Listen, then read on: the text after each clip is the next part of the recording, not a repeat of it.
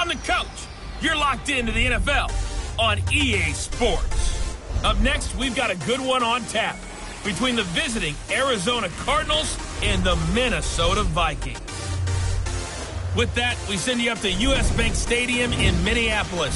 Standing by our commentators, Brandon Godden and Charles Davis. Coach, a very warm day outside by Minnesota standards, but then again, it is still summer. Either way, the AC is working.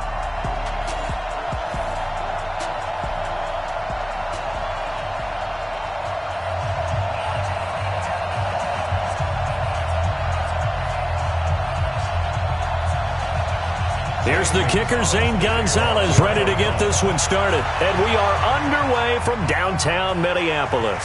Fielded about a yard deep. And all that worked, but he stopped where he ultimately would have been, and he's simply taken a knee, and that's the 25-yard line. So here's the Viking offense making their way out. They'll be led out by the veteran quarterback out of Michigan State. The former Spartan, it's Kirk Cousins. Forget the measurables. His temperament, which is so even-keeled, often masks a burning desire to win and perform. This guy takes it seriously when he lines up to play, and usually he puts on a nice performance.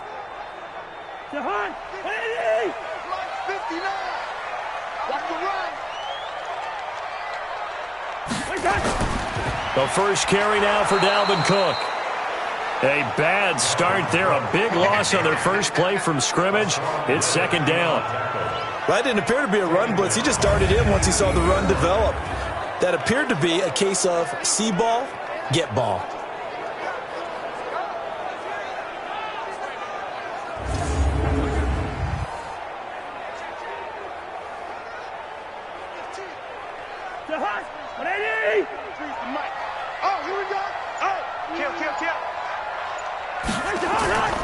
Draw play, Cousins to Cook. He'll be dropped at the 25 after a gain of 6. A quick burst there, and he nicely bit off a pretty decent gain. That's a gain of 6. Brings up 3rd and 10. So now an early 3rd and 10 here on their opening drive. Working out of the gun, Cousins. And the throw there going to be incomplete. So the defense able to get off the field here on 3rd down. And it's one of the goals of the game. They've got to be effective on passing downs. It's one of the few things defenses chart. How did we do on 3rd down? That's a nice start for them in this one. So on 4th down, Britton Colquitt on to punt. Back deep, the dangerous Pharaoh Cooper.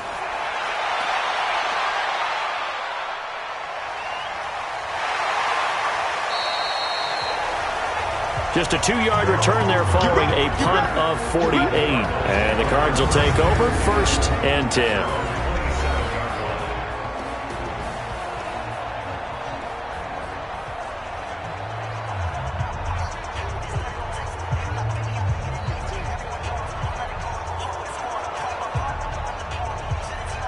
Murray and the Cardinals with a 1st and 10 at their own 27.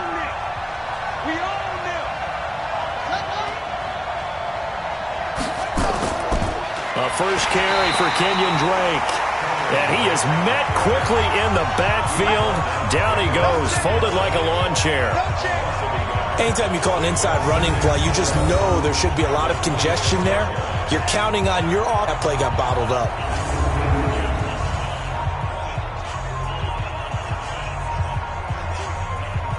After the loss to start out, here's 2nd and 11.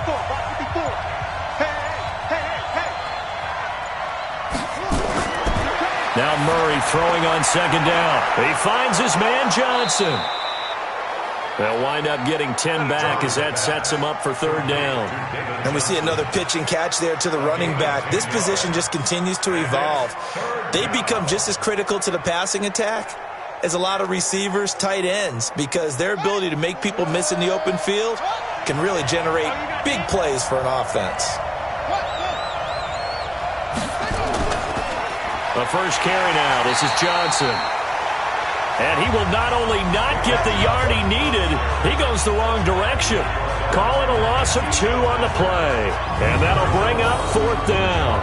Well, so much for picking it up on the ground on third down. Third play of the drive, and this defense showing strong early. I wonder how much of that was scouting. I wonder how much of that was a gut feeling like, okay, let's just go ahead and sell out here and get after them, thinking they're going to run the football and stuff them early, because they've now set the tone. They've set a precedent right here that if you're going to try and run the ball against us, it could be hard going throughout this game. Here's the veteran punter Lee as he sends this one away. And that hits at the 6 and carries into the end zone for a touchback. Now the Minnesota offense set to take over again. And on the first drive, 3 and out. And I know that these are professional athletes, but I would imagine sometimes you get the nerves at the beginning of a game still, don't you? Those don't ever go away.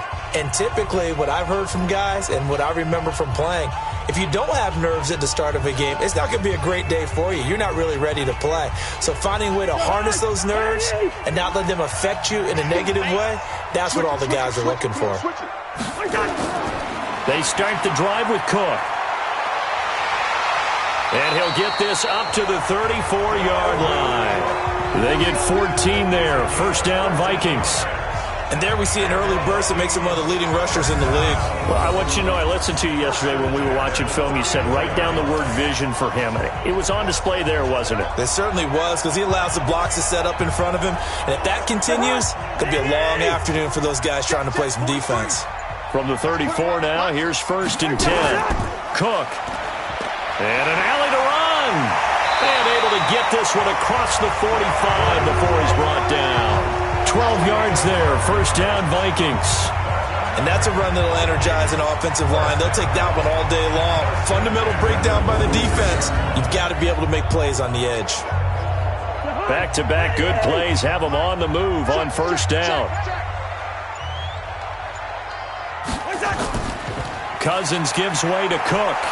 And he works his way forward for about 4 up to the midfield stripe. And the offensive starters for the Vikings. An offensive line play is not something that comes to mind readily, but it's always a big key in a ball game. And already these guys, they're getting it done up front. As we've seen this rushing attack have some early success. Let's make these babies cry all the way back home, yo. On second down, Cook. And there is nowhere for him to cut back as he's taken down in the backfield.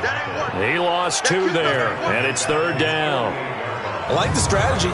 Extra tight ends, extra beef. They want to run the football, but that means they probably want to run it inside. If you get strung out on the perimeter, you're in peril. Yeah, we saw the result, negative yardage.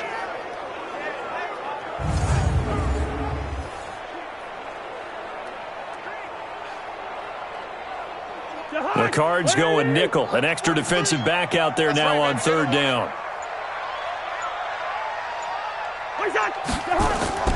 From the gun, here's Cousins. And he's able to find Diggs. And they're going to have another first down as the tackle's made here at the Cardinals' 36. He's such a good route runner. Shows it there on third down. Very proficient and a good pass. And you know what I've observed over the years in the NFL? The better a route runner you are, the more confidence your guy's going to have in you to go to you in important times, because he can trust you being in the right spot, and they connected there and picked up a first down. So into Cardinal territory now. It's first and 10 at the 36. Now here's the first carry for Amir Abdullah. And he's got this down almost to the 20 before he's dropped. 13 yards as the Vikings pick up the first down. The first drive this unit had, they punted. This drive, much more polished, just looking crisper, aren't they, moving the ball? Maybe the first drive was a little bit of a wake-up call. Probably a little bit angry that they had to punt the ball away the first time they had it. Got motivated, got to the sideline, said, okay, let's not let that happen here as we take over again. Cousins on first down. Johnson's got it complete. Johnson, it's poked free. Football's out.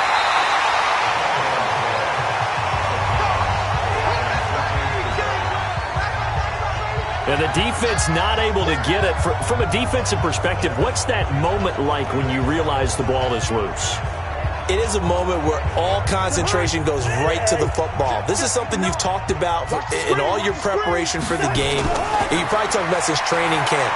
knock the ball free, take it away from the other team, and now you have that chance. There's a little bit of deflation when they end up recovering it. They knocked it free, but couldn't take it away. He's already proven to be a factor in the running game on this drive. Now he gets involved in the passing game. I think what we're seeing here is the modern version of workhorse in the NFL, being able to run it and catch it with equal proficiency. It's going to be a long day, offense. It's going to be a long day. They go play action here on first down. And they're going to get him. They bring him down to the sack back at the 16-yard line. Chandler Jones, one of the best athletes to ever come out of Rochester, New York, in for the sack. Well, there's still time to rectify this situation because the silver lining, they took a sack on 1st and goal. But that close to the goal line, that still definitely hurts. First down, a bit of a disaster, and now on 2nd and goal, back even further. On the carry, it's Cook. And he is met in his tracks behind the line of scrimmage. That's a big loss of 3, and it brings up 3rd down. He came out ready to play. That's 3 tackles for a loss, Charles. We're only in the 2nd quarter. And that's problematic for the guys trying to run offense because that means he's got a pretty good idea of what they're doing and is actually beating them to the point of attack and making those plays. Might have to think about some misdirection or something to try and get him away from the ball. 3rd and goal for Cousins. That's complete to the receiver, Thielen. And on this one, he'll get to the 15, right at the 15-yard line. They stop him for only 3 that time, and that'll bring up 4th down. Well, that's certainly playing down in distance very well by the defense, isn't it? Take whatever you want underneath, by all means. So Cousins heads to the Vikings sideline, and on is Dan Bailey to try the field goal. Bailey's kick is good. And the Vikings have a 3-0 lead. A dozen plays on that drive that ends with the field goal. Let's go ahead and break out some of the old chestnuts here, right, partner? Keep the ball in front, rally to it, and make the tackle, right? No big plays given up, no balls over your head.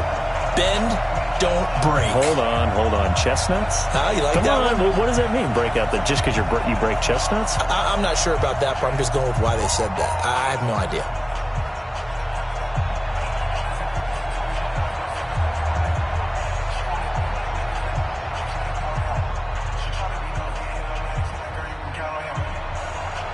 Now, after the field goal, Bailey will kick it away. This will be taken in at the 1. And a nice return sets him up pretty good here at the 30-yard line. Arizona getting ready to go as they take the field. And the last drive, their first drive, 3 and out. What changes here, if anything? I think it's making sure the guys that you trust the most with the ball, the biggest playmakers you have, that they touch it on this possession to try and get things moving. So get it to the horses. Without a doubt. They're the ones that typically end up in the end zone. So 1st and 10 now from the 30. Murray now on 1st down. It's complete to his tight end, Charles Clay. And they get him down, but not before he takes it across the 40-yard line. It's a gain of 11 and a Cardinal 1st down. Partner, it's a lot of fun watching the NFL now, isn't it? Because when the big fella runs routes, it used to be when we were kids, he'd run about 3 different routes, and that was it. Now he can run anything and catch the balls we just saw there. A 1st down carry here for Johnson. Just a yard on the 1st down carry, so it's 2nd and 9.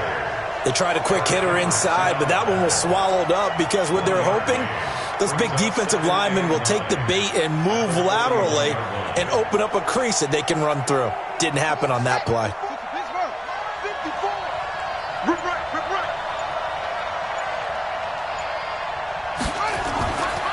On 2nd down, it's Drake. And the play goes nowhere. Losing yardage back near the 40 at the 39. The tally there, -2 yards, brings up 3rd down. Part of the thinking when you bring in extra tight ends, you're hoping that each of your guys gets those one-on-one blocks and creates a crease for your runner. You know what the converse is, though? You've got to win those one-on-one blocks, and when you don't, that's the result you end up with. Off the draw, here's Johnson. And he'll get this up near midfield, but that's still a few yards shy of the first down. 9 yards on the carry there, but it'll be 4th down now.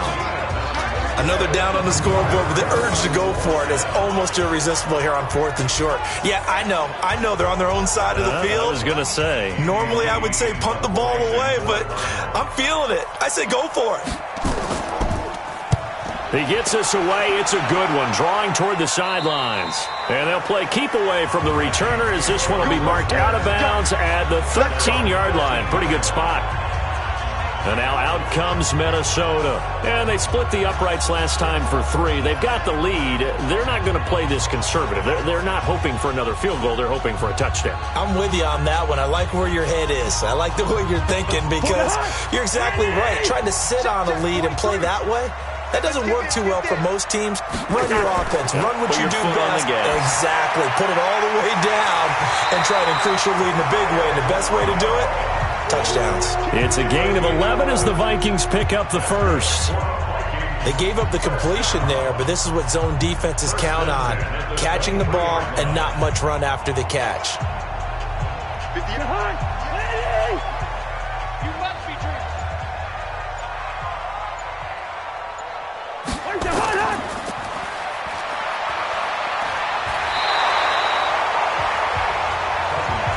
It's a game of matchups, and that's why you take your receivers and move them around a bunch, especially your best guys. And when they work out of the slot, you often hear the coaches talk about how great it is because it gives you a two-way go. You can break out or you can break in. It makes it hard to defend. Coming up to the line, and they will need to run another play here before the 2-minute warning. And they're going to go with the jet sweep. This is Diggs with it. They'll get 3 as the drive continues. It's a first down.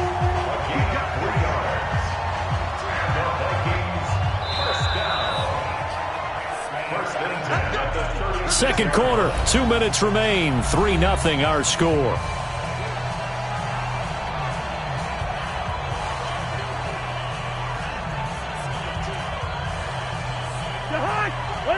We remind you that coming up at halftime, we'll take you to Orlando and Jonathan Coachman. Coach will have highlights and analysis of this first half, one that's featured no touchdowns as of yet on either side. So his job's a little bit easier for this halftime. Need to give the coach some highlights here. Yes, we do.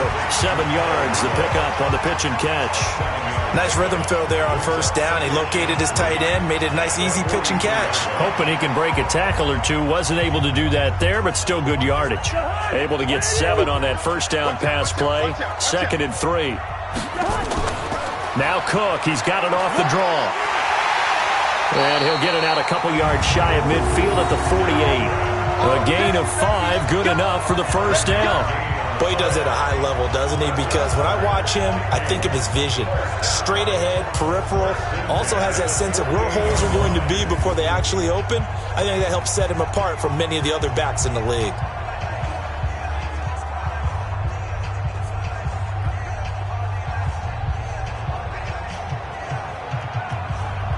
This offense finding its legs now. Here's another 1st and 10. From the shotgun, it's Cousins. It's complete to Diggs. The Vikings going to signal for the first of their timeouts as they'll stop it with just over a minute to go before halftime.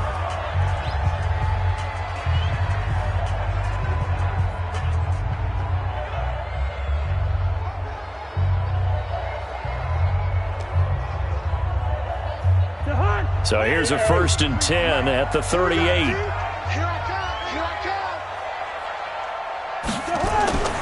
To throw is Cousins. That one into the hands of Thielen, complete. Now the Vikings will use the second of their timeouts as the clock will stop with 55 seconds to go until halftime.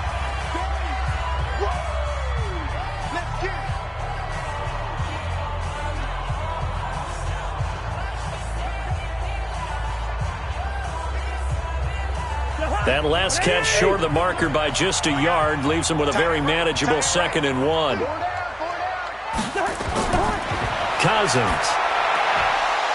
And that going to be incomplete. A lot of contact, no call, and it's 3rd down. Nice play there to force the incompletion. And to me, one thing's for sure.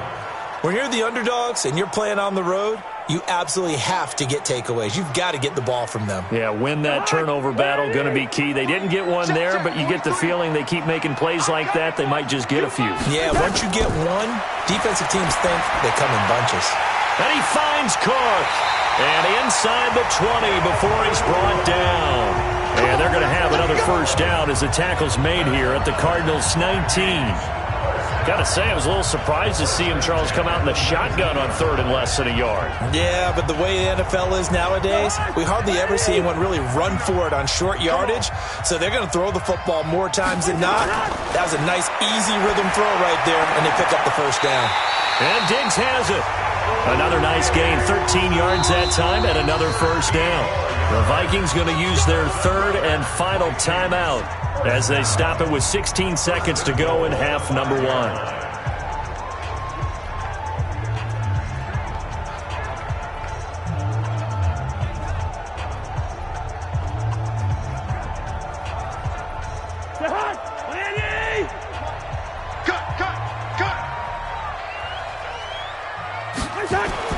To the air again, it's Cousins. Looking end zone, but it's incomplete. Incomplete. Out of the end zone. Buda Baker there on the coverage.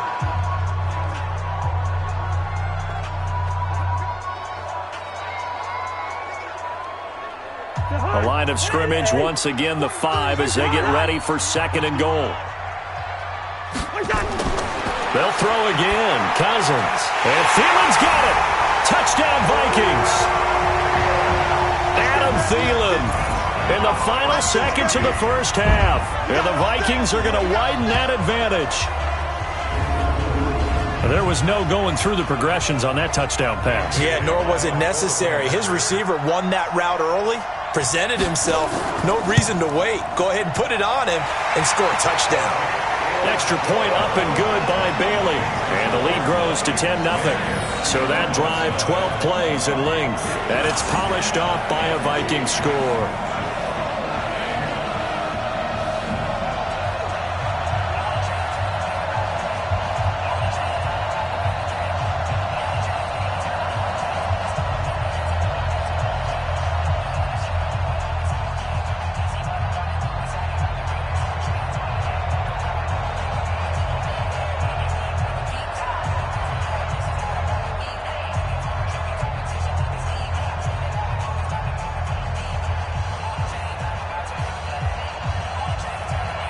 Bailey now to kick it away after the touchdown. This is fielded at the goal line. And he'll take it up past the 25 to the 26-yard line.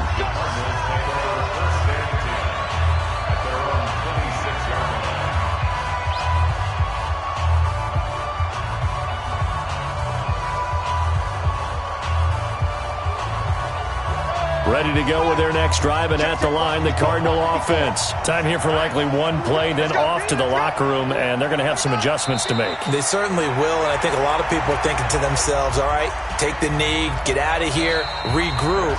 But how will the head coach and his staff approach halftime? Will it be angry? Will it be clinical? Will they be calm? Will they just let it all out? Who knows? I'd love to be a fly on the wall for this one, though.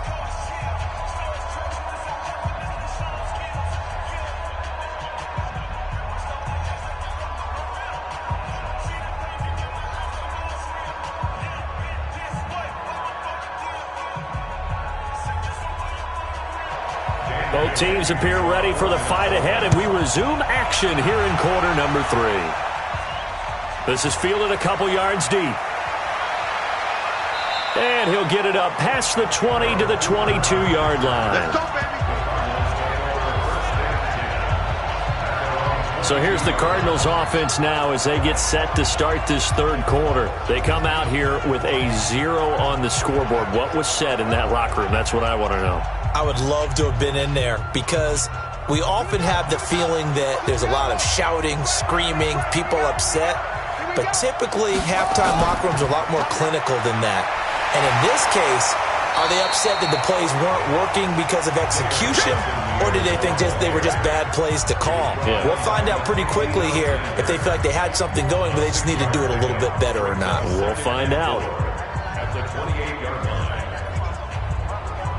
6 yards on that last play. Here's 2nd and 4. Crunch time, defense.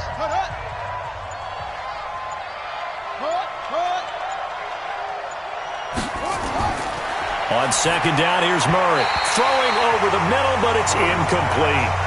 Pharaoh Cooper, the one he was looking for. And it's 3rd down. How about the defensive effort from both of these teams that we've seen in this game? Would you say it's like a high-stakes chess match right now?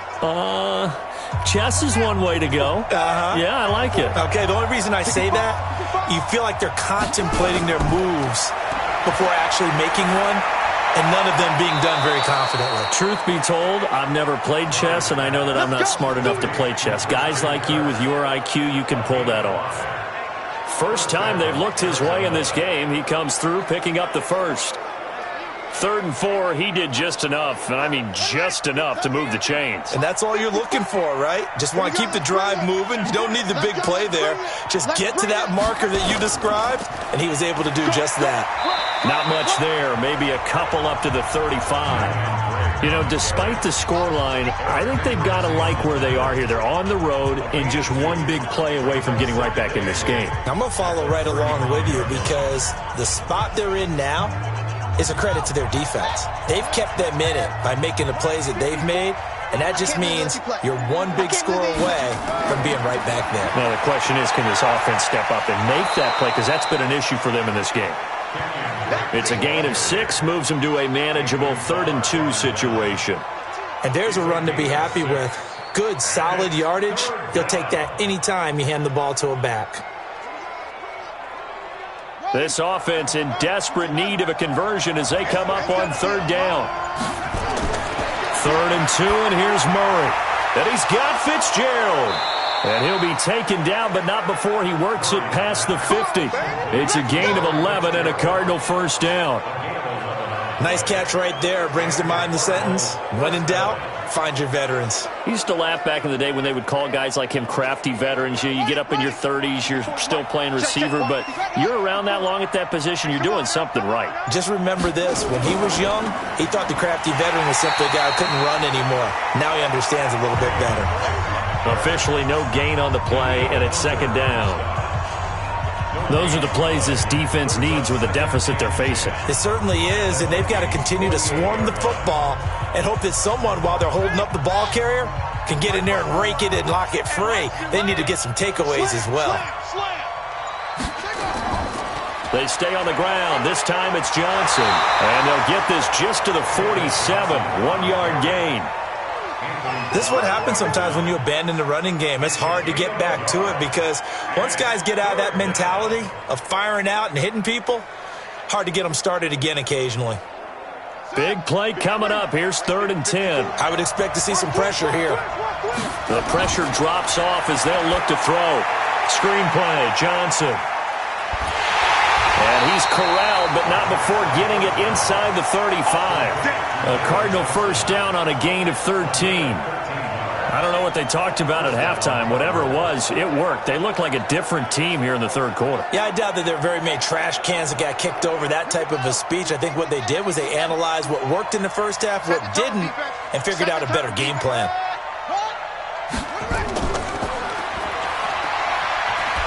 And pretty good pursuit there defensively. He's brought down, no gain on the play. 2nd down coming up.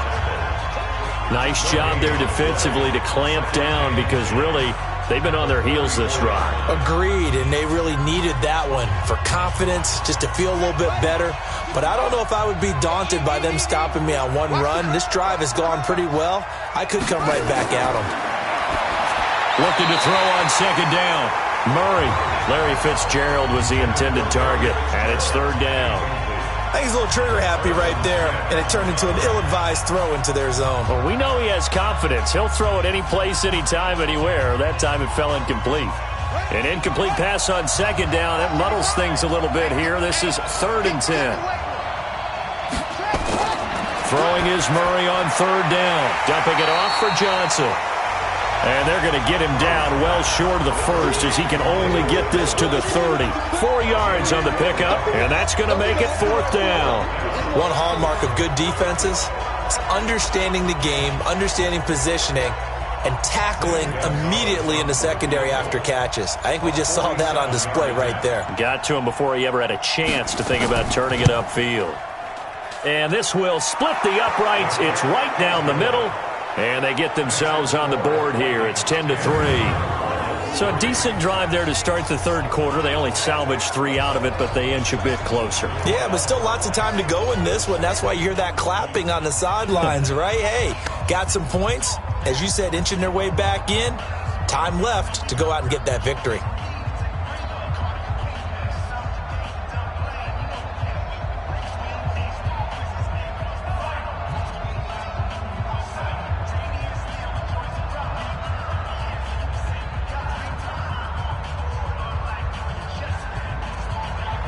After the field goal, here's Gonzalez to kick it off.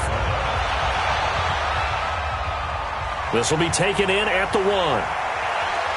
And he'll get across the 20 before he's brought down at about the 23-yard line.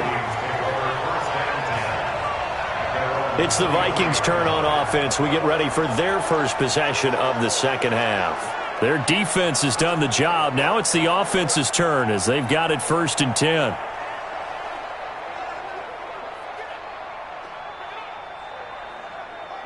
Cousins and the Vikings with a 1st and 10 at their own 23.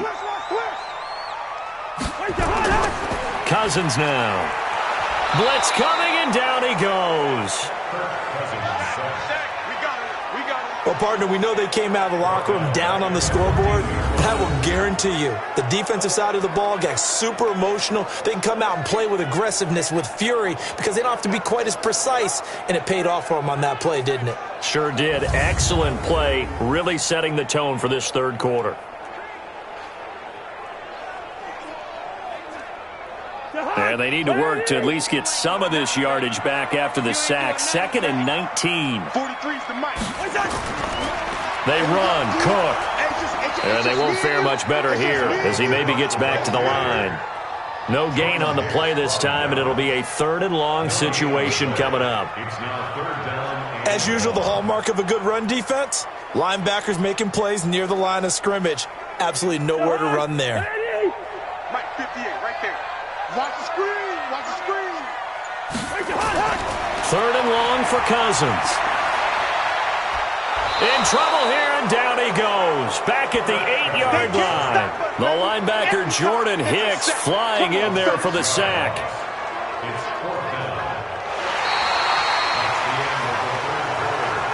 And that is going to do it for this third quarter of action. We'll return with more after this. This is the NFL, and it's on EA Sports.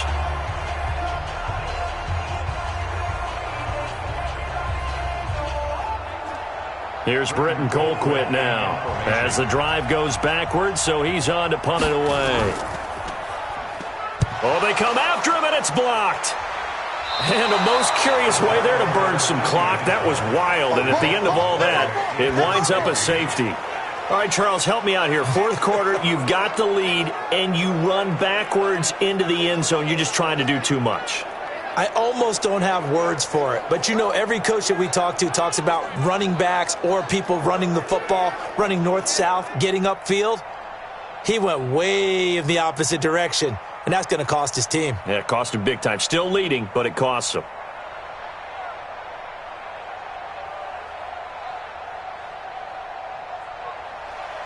And remember, following the safety, you give the football up as well, and they free kick it from the 20 now.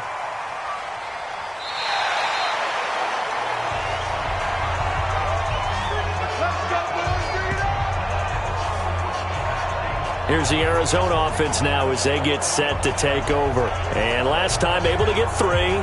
It's not what they wanted. They wanted 6, but they got at least something. They mustered something out of the drive. They'll take it. I like the way you've described it. Not ideal, but they'll take it. Anything to put some points on the board.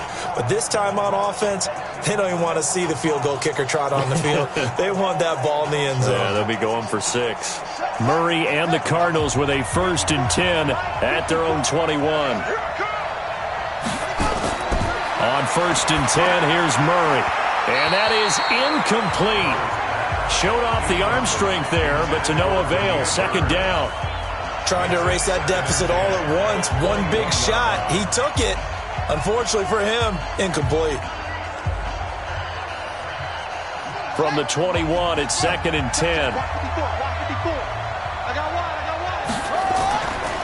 From the gun, a run for Johnson. And they see right through that defensively as he'll be hit and taken down to the backfield. It'll be a loss of 1, and that's going to lead to a 3rd and 11. This linebacking core, they've done a good job of keeping that running game in check, haven't they? They certainly have, and what they'll also do when this game is over is thank the guys up front, the big defensive line, because they've kept them clean, so to speak. Not letting blockers get to them, allowing them to run to the football and keep that running game bottled up. Now throwing on 3rd down there, but he cannot connect. You and I watched film yesterday, and you told me to watch his feet. Well, for whatever reason, his footwork just looked off on that throw. And you always love it when an ex-defensive back talks quarterback mechanics, right? Well, but you're good at it. Well, I try, all right? I don't know how good I am, but it doesn't take much to tell. His mechanics are off a little bit, exactly what you described. Footwork, that led to the incompletion. Great coverage there, holds him to a 2-yard return following a 50-yard punt. And the Vikings will take over here, 1st and 10. And out now come the Vikings.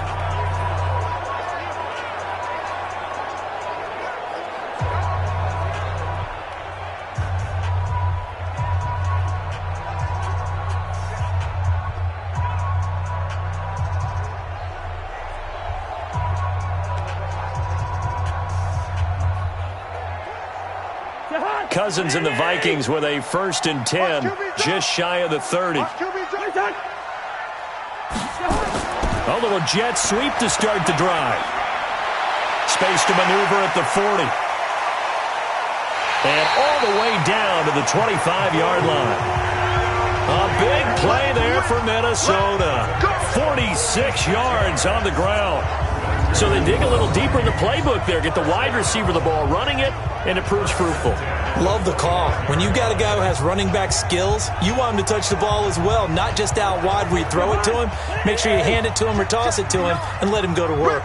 So into Cardinal territory now. It's 1st and 10 at the 25-yard line. And now a throw here secured by his running back out of the backfield. And down inside the 15, shy of the 10. They get 14 there. 1st down, Vikings. I know most of the time when the ball's in the air, you're thinking wide receiver, tight end, but running backs, they can be a big part of any passing offense nowadays. Cousins now 12 of 15 throwing the ball, 80% so far, and it's 1st and 10.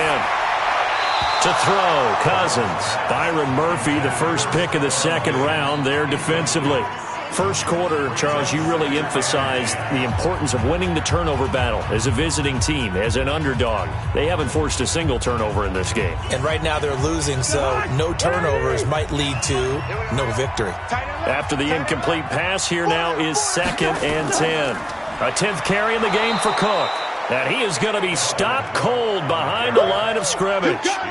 It'll go as a loss of a yard, and it'll set up 3rd down. And this is why the head coach gets paid the big bucks. Look at where they are in this situation, partner. Do you throw the ball here in a long-distance situation? Do you run it again and trust your defense and make sure you take care of the ball and punt it away? What kind of options do you have here, and what do you trust more on your team? Yeah, they may have just pushed him back into that throwing situation. We'll see. Now a 3rd down throw, but it misses the target, incomplete. So decision time now, because a field goal keeps it a 1-score game. What are you thinking? Well, I'm looking at the down and distance, and that's where the issue comes in. It's not short enough that it's a no-brainer and you go for it. You have to analyze this one. To me, you take the field goal, take the points. I don't think you want to risk coming away with nothing. And Bailey able to knock it through. And that'll push the lead up to 8. From a defensive perspective, though, I think maybe they're saying, hey, we did what we needed to do, kept this a 1-score game. Yeah, without a doubt, because they were able to bleed some time off the clock, right? Put themselves in a good position, but it's not out of reach yet, okay? Being able to hold them to a field goal means that they do have a chance to come back and win this game.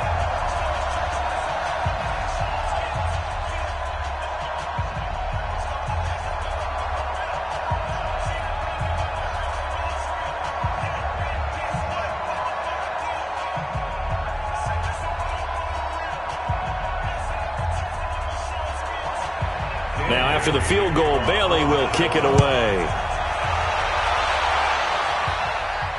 Fielded about a yard deep. And all that worked, but he stopped where he ultimately would have been, and he's simply taken a knee, and that's the 25-yard line. Arizona getting ready to go as they take the field. These guys had to punt last time. It has not been a very fruitful game offensively thus far. They haven't even made a trip to the red zone. And I know that everyone's going crazy on that sideline because that drives you berserk to come off the field, not really move the ball well. As you said, not even get to the red zone, let alone, not even put points on the board. They've got to just take a deep breath, relax, try and figure out what is working, and call more of that. Murray and the Cardinals with a 1st and 10 at their 25-yard line. First down, Murray. And nearly picked off there, and it would have been a great time for their first pick. Instead, it's 2nd down. I guess they're in a situation now, 4th quarter, where they're forced to take some chances, but I don't know that that was a type of a chance you want to take. And that one could very easily have been intercepted, and if it does get picked off, that could possibly seal this one. An incomplete pass leads to 2nd and 10 from the 25. Here's a throw out wide, complete to his running back right side. And he got blown up on that play. Back at the 20. That's going to go down as a loss of 5, and it brings up 3rd down. I thought that wasn't a bad time to call the screen. I thought late game, down on the scoreboard, had to figure they were expecting a pass downfield. Yeah, so the edge rushers, they're coming. That could have hit big. You're right. Good recognition defensively to snuff that one out. Johnson, and he won't be close to a first down as he runs into a wall right around the line of scrimmage. No gain on the play there, and it'll bring up 4th down. He continues to struggle to find a crease to break off a big one and might need to just put that aside and just try and ram his way forward and get what he can. Here's Andy Lee now. He's been terrific so far. Averaging over 50 yards a punt so far as this one's away. Oh, he's taken down here by his face mask by the looks of it. And a penalty flag is going to give a much better starting position. Trailing in the 4th, this close of a game, that's a penalty you just can't afford. It's an absolute killer, and it's one that drives coaches and teammates insane.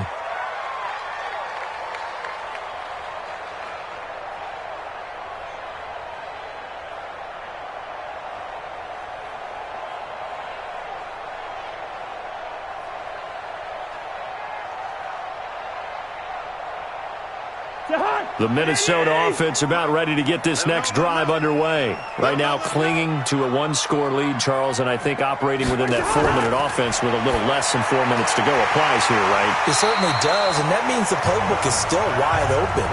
But you are a little bit more careful about what you're calling. You want plays that are going to gain yardage, how would you say it, consistently, right? You don't need the big shots downfield, but make sure the clock continues to run. Pile up the first downs. And the goal, end the game with your quarterback kneeling down at the end, and you still have the lead. To throw again on 2nd down, Cousins. Nowhere to escape, and he goes down. Rodney Gunter. He's the one that got home and takes him down for a loss of 9. The amount of sacks that they've absorbed in this game is absolutely extraordinary. Let's just face it. This offensive line, flat out, cannot handle this pass rush. It's been demonstrated time and time again.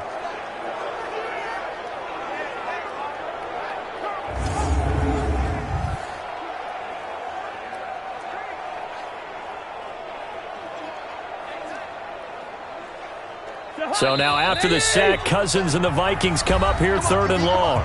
4th quarter, down to the final 2 minutes, and we've got a 1-score game.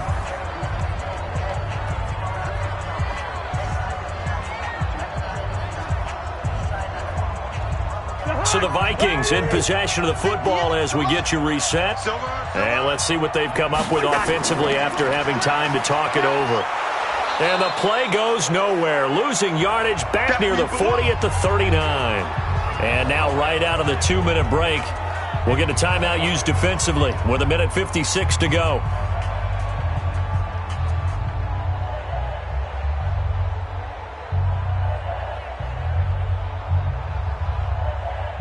Here's Britton Colquitt now. Remember, though, he did have one blocked earlier.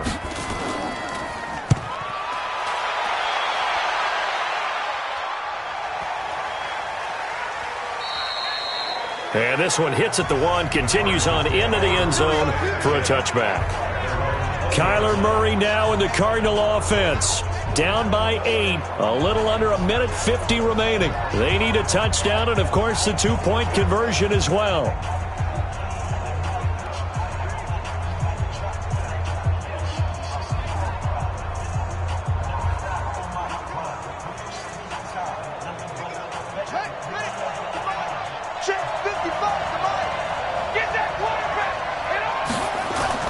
Back to throw. And the catch made by Johnson. And he gets it here to right around the 24 before he's out of bounds.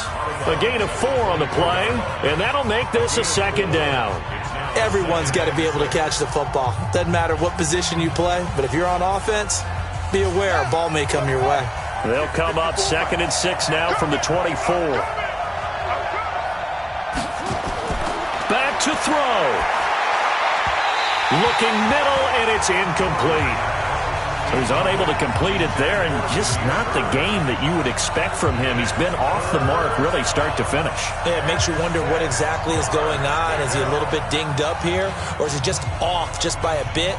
Maybe he can get it back in this situation. He'll need to. So after the second down incompletion, they'll come up now against a 3rd and 6. They'll look to throw. He's got a man complete. It's Clay. Now the Cards going to call another timeout, their second, as they stop it prior to what will be an important 4th down.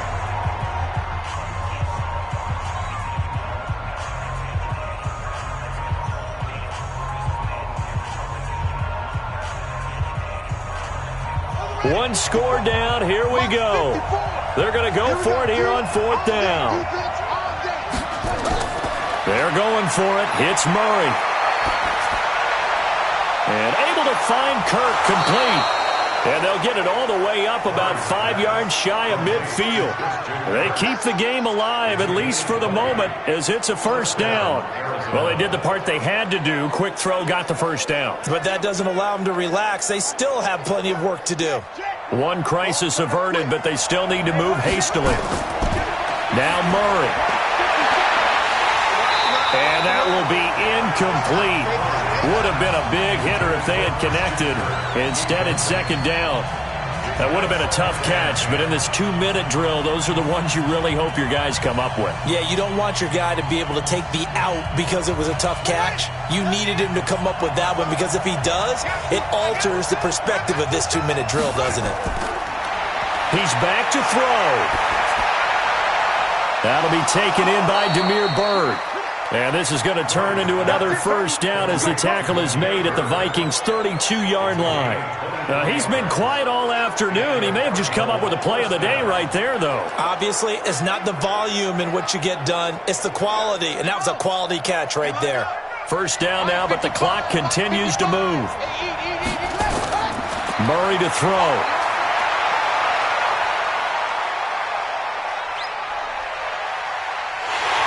And he can't get a throw away. He's taken down. Everson Griffin on the sack, taken to the 4th round back in 2010. What a steal. The Cardinals forced to burn their 3rd and final timeout as the clock will stop with an even 20 seconds left to go.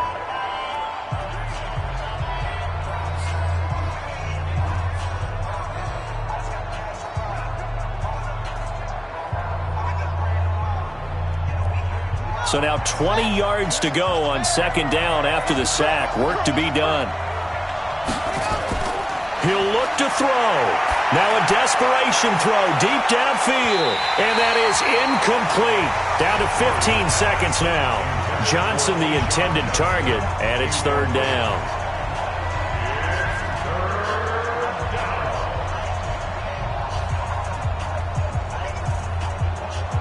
Ninth play of the drive now on 3rd and a country mile.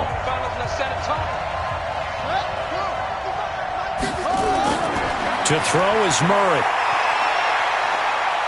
He's going to let it fly.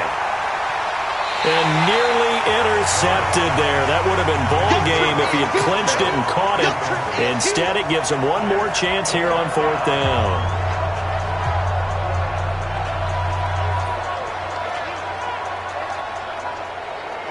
They converted once earlier in this drive, but they'll roll the dice here again on 4th down.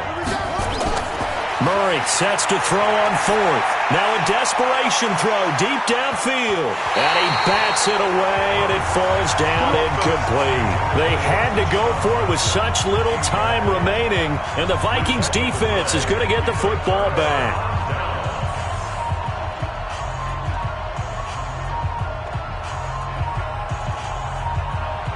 Here are the Vikings now to start their next drive. And they've got this one in hand. No timeouts remaining defensively, so this one should just be one kneel and then handshakes.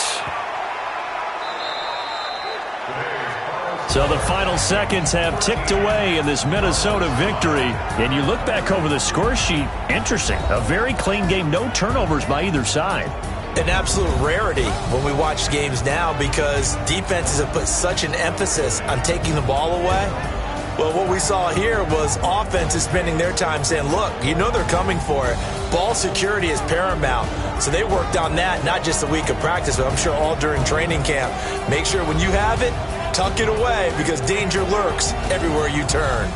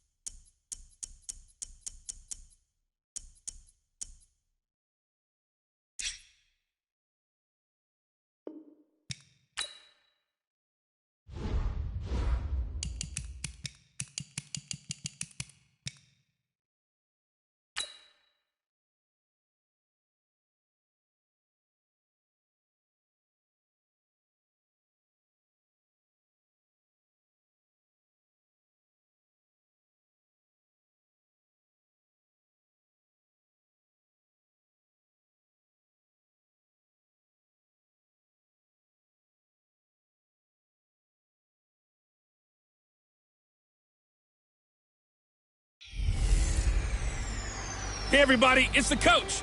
This is the NFL on EA Sports. We are just a few miles from the Gulf Coast of Florida at Raymond James Stadium here in Tampa. Today, we've got a good NFC matchup on tap between the New York Giants and the Tampa Bay Buccaneers. Here's the kicker, Aldrich Rosas, ready to get us going. And off we go from Tampa. This is fielded at the goal line. And a pretty good return here. He'll be stopped just shy of the 25 at the 24-yard line. So out come the Bucs now for their first drive. They'll be led out by their 6'4" quarterback, the former #1 overall pick in 2015, Jameis Winston. And this is a guy who cares totally about his team. He will do whatever it takes for a play to be successful and for his team to win. I've seen him become a lead blocker on running plays, even though I'm sure his coaches don't want him anywhere near that pile. Ready. Blue ready. Man, that's trash. That's trash. The first down throw for Winston. That's caught by the big tight end, O.J. Howard. And he gets this one just shy of the 40. They'll mark him down at the 39. A good start offensively. 15 yards on the game's initial play. I do believe we'll see a little bit more of this as this game progresses because when you can have that type of a gain in the middle of the defense, it hurts them in so many ways because most teams like to be strong down the middle. And if you can sting them there, that opens things up for you on the outside as well. But that's where their big tight end is so good, that middle third, the seam routes, the in routes. Yeah, you're right. Probably see more of that. Yeah, it takes a lot of courage and fortitude to go in the middle as well. And he's got it. Got a man. It's Brashad Perriman. And one advantage for this offensive unit is the big target, Mike Evans. Play to his strength, his size and catch radius. Throw it up there, let him go get it.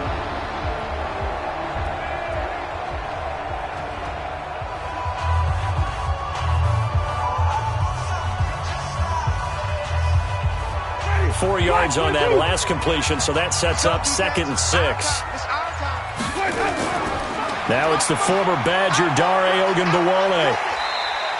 It's a 6-yard run, leaves him with about a foot or so here still to go to hit the marker with 3rd down coming up. Despite the blitz, they're still able to pick up a nice solid gain. The disadvantage of blitzing often alters the normal spacing and run fits and leaves creases like they were able to exploit right there.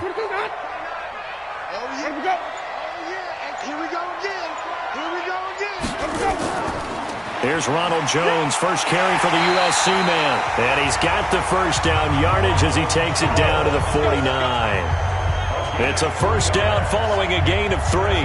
Defense had a chance to get off the field here on the opening drive, couldn't do it. I know that we go into these meetings with coaches, and sometimes maybe we can get, a little bit numb because they're always going to talk about how important 3rd down is, aren't they? Offense and defense. In this case, one capitalized, and the other, as you said, had a chance to get off the field and didn't get it done. So the drive takes him into Giants territory now, 1st and 10 at the 49-yard line. Here's Ogunbowale. Trying to find a lane, but instead he'll get back to the line of scrimmage and no more. Call it no gain on the play, and it'll be 2nd down.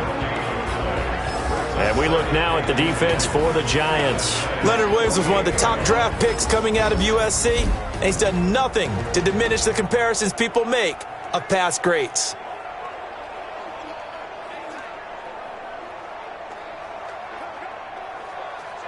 Officially nothing on that last run. They'll try again, 2nd and 10. Winston, a handoff. This is Jones. And he is met quickly in the backfield. Down he goes, folded like a lawn chair. That'll set him back with a loss of 3 on the play. And it'll be a 3rd and about 13.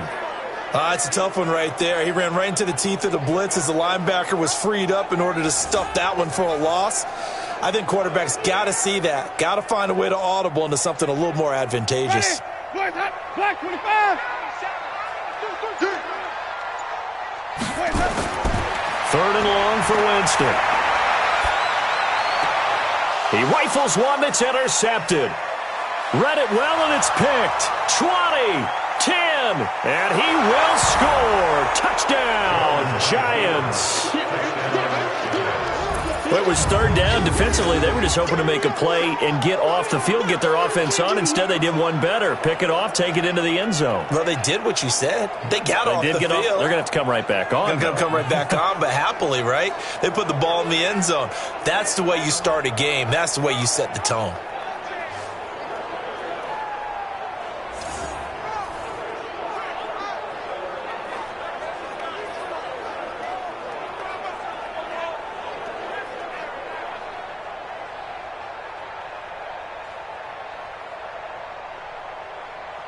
Aldrich Rosas on for the extra point. It's up, it's good, and the Giants have a 7-0 lead. A heck of a play there defensively, getting the interception, navigating his way into the end zone for the touchdown.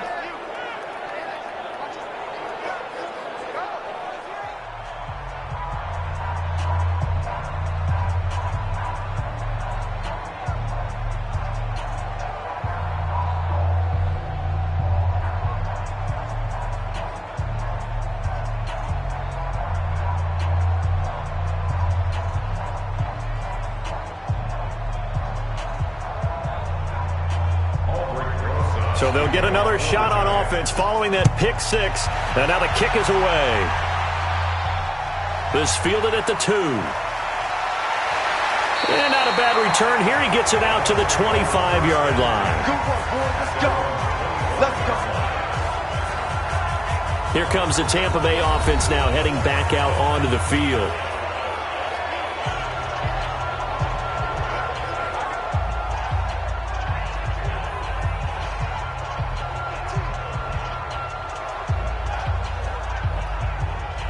Winston and the Bucs take over now, 1st and 10 at their own 25-yard line.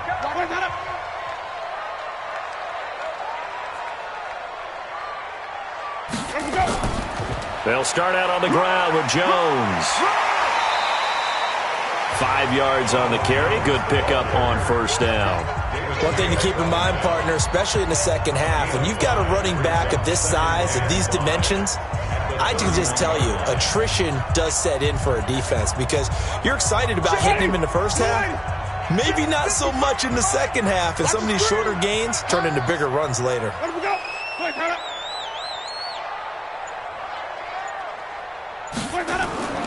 On second down, it's Jones. And he'll bring it up here to right at the 40-yard line. 9 yards to pick up there, and it's a first down. Tremendous blocking by the interior of the offensive line. They didn't just gash him there. They blasted a gaping hole for him to gallop through. I think if he comes back to the huddle, he better be giving them a whole lot of credit and thanking them for that much space to rumble. After the run by Jones, here's 1st and 10. And he'll give it here to his running back. And this play will be blown up. He'll lose yardage back at the 38. A loss of 2 there. Second down. Plays like we just saw there. That's why they're up right now. And the defense, they're doing their job. Yeah, it starts with the guys up front. So when you talk with GMs who are putting together a team, a lot of them say we're going to build from the inside out because if you control the line of scrimmage, you control the rest of the ball game, and that's what we're seeing here. They're actually playing in the offense's backfield, not necessarily just playing at the line of scrimmage. White 25. 29. You gonna see me in your nightmares, son. You gonna see me. On 2nd and 12, Winston. It's caught by Mike Evans. 8 yards on the completion, but now they face third down. Forget height and catch radius. When you run the fade really well, run down the defender, kind of take him a little bit towards the middle of the field, and then fade to the sideline and give your quarterback some space, it can be executed that well, just as we saw.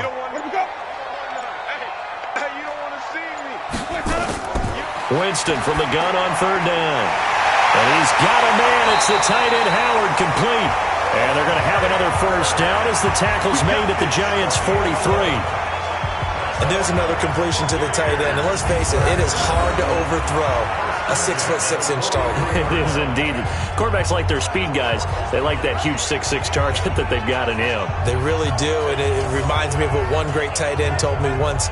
He told his quarterback, just make sure you throw it up there. You know, kind of like put up in the top shelf where the kids can't get it. So the drive takes them into Giants territory now. 1st and 10 at the 43. They go back to the ground with Jones. And he's dropped right at the 40. Gain of 3. Give him 3 on first down. It'll set up a 2nd and 7. They tried a quick hitter inside, but that one was swallowed up because what they're hoping, those big defensive linemen will take the bait and move laterally and open up a crease that they can run through. Didn't happen on that play.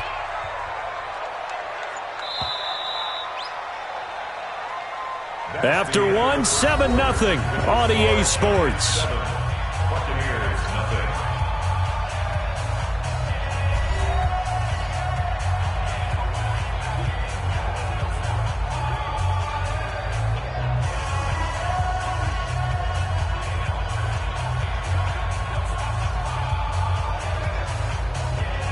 Ready? Black 22. Black 27. Coming. On 2nd down, it's Jones. Give him 3 on the run there. Now they're looking at a 3rd and about 5. Well, he hasn't made much of an impact in the running game thus far, and after that last run, not much is going to change in that area. He hasn't been able to get anything going, and really the offensive line not helping him much. The Bucs on 3rd down. They've been okay, 2 for 3 thus far. This will be 3rd and 5. To throw is Winston. And this is going to be incomplete. Well, the other day they told us when we've got 3rd and 5 or less, we have to be able to convert. And I guess every team would say that, Charles, but an opportunity missed there. What they were trying to tell us is they believe it's a matchup game at that point. And they liked some matchups that they had, thought they could exploit them, unable to do so on that play. And that one's not going to get there. Not enough juice, an ambitious effort, but it's well short. And this score will stay right where it is. Charles, 54 yards. I'm surprised that came up short. I would agree with that one because normally, if he misses, it's accuracy, not length. because he has plenty of leg for that. But maybe it's like I hit my golf shot. Maybe it's like my wedge. When you chili dip and you hit the ground ahead of it, sometimes that'll shorten your distance as well.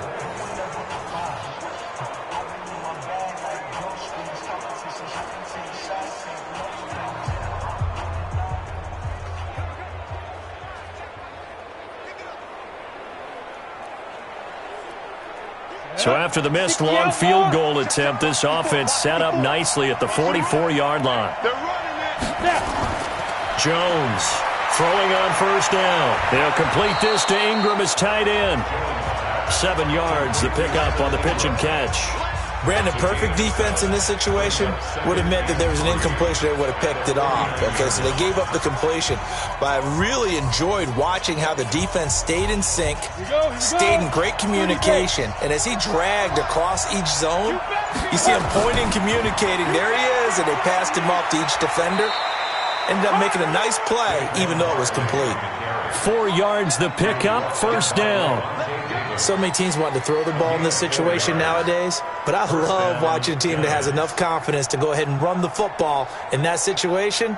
That's almost a tendency breaker.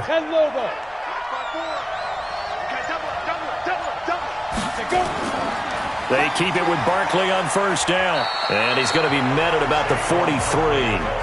2 yards on the carry there. It'll be second down. But we just saw a great example of what we talked about with his coach prior to the game. He's definitely one of the better linebackers of reading a play and flowing to make the stop before it turns into something big. The last run good for 2. Here's 2nd and 8.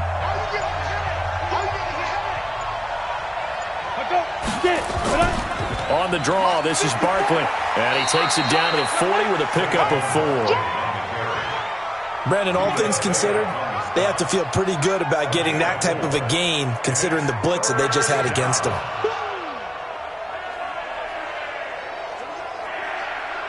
Come on, set. 60 Pittsburgh. Let's go, D. Get ready. From the gun on third down. Jones got a man, Slayton. And this is going to lead to another first down as the tackle's made at the Bucs 21. And just a small glimpse there as to why they like this rookie so much. And that's why they lit up a little bit in our meetings with the coaching staff, didn't they? When we talked about him, they did. Yeah, they like his work ethic. This guy's running every route well in the route tree and getting better at it all the time, really honing his game. They expect a pretty good jump out of him as things continue to move on. Good running from Barkley there on first down as he'll get forward for about 6 yards. It's a 6-yard pickup, and it gets him to 2nd and 4. And there we saw one of the downsides of blitzing during a rundown, because sometimes you get out of your gaps. You don't fit the run quite as well because you're headed towards the ball carrier with abandon.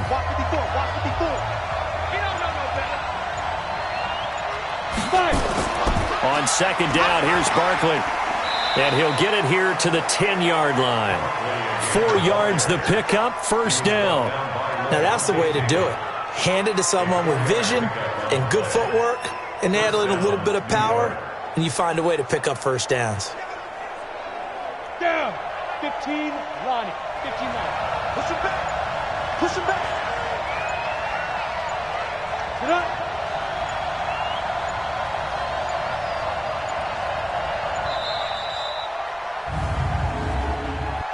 Delay of game, offense. That's going to set him back 5 yards. Still first down.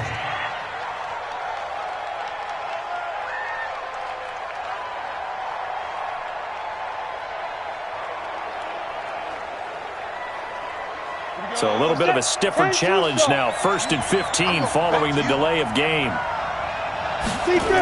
After the penalty, they go with Barkley. And he'll be brought down. Oh, that's a face mask.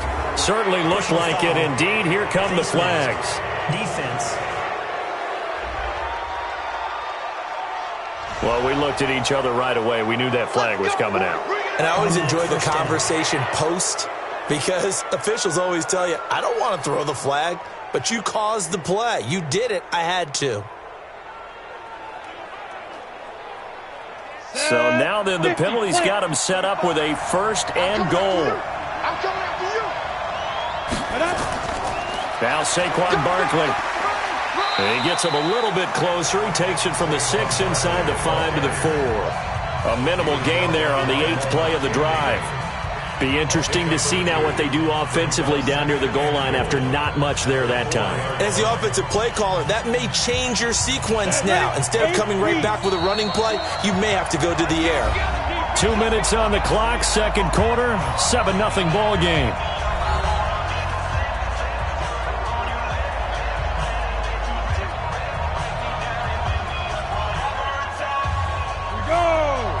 A reminder, coming up at halftime, Jonathan Coachman will join us from Orlando with our halftime report. But business to take care of before we get there. A 2-minute drill before. Under pressure now, and he's going to go down. Sacked back around the 8. William Golston able to get him for a loss of about 3.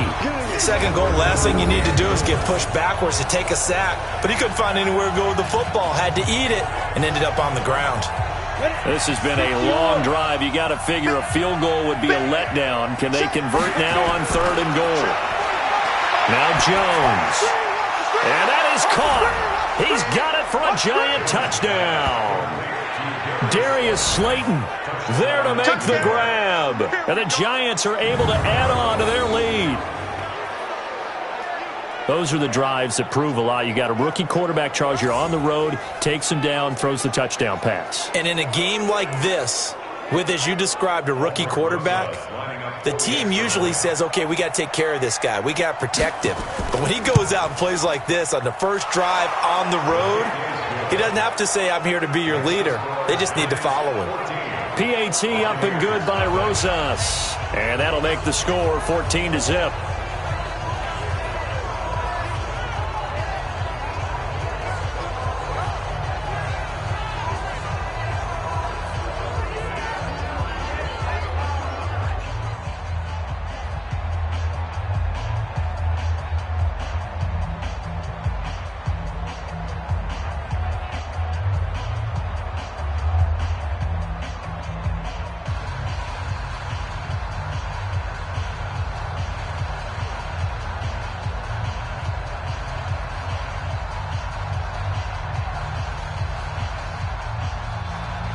Now after the touchdown, here's Rosas on to kick it away.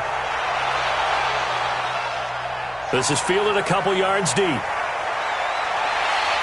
all that work, but he stopped where he ultimately would have been had he simply taken a knee, and that's the 25-yard line. And Tampa Bay trots out there now. Already down 2 touchdowns here in the first half. This becomes a pretty important drive, doesn't it? It certainly does, and a lot of the teams script plays. We know that, right? They have a script to start the ball game, and typically those scripts go between 12 and 24, 25 plays. Down 2 touchdowns early, probably not very deep into their script. I think that they'll stay with it. I don't think they'll abandon it just yet and try and generate some offense on this drive. Anything. At least 3 points, get that 0 off the board. 23 yards on the play. When you're struggling on offense, you're looking for anything possible to get you going. Sometimes you do it like basketball teams that don't normally press. You put a press on, bring people to life, make them move a little bit quicker. Maybe that'll help them as they head towards the half.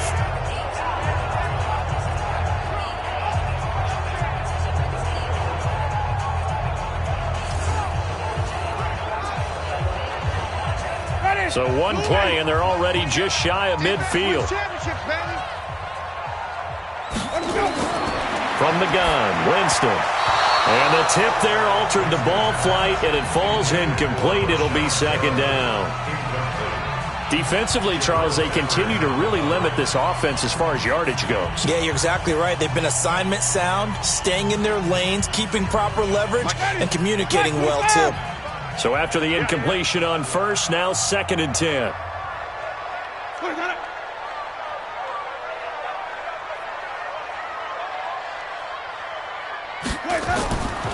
Winston now. And his throw is incomplete.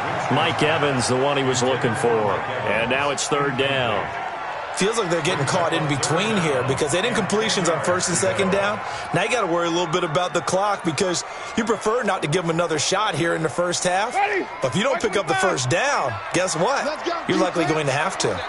So now 3rd and 10. They had the big play to start the drive, but 2 incompletions since. Open man is Howard, the tight end. And he'll only get this to about the 44 as they stop him short of the line to gain. It'll be a gain of 8, but it'll also lead to a 4th down. A short gain that doesn't get them the first down brings up a 4th down situation. Really nice job defensively. They knew where the sticks were. They got the stop before it. So on now is the Clemson man, Bradley Pinion, to punt this one away.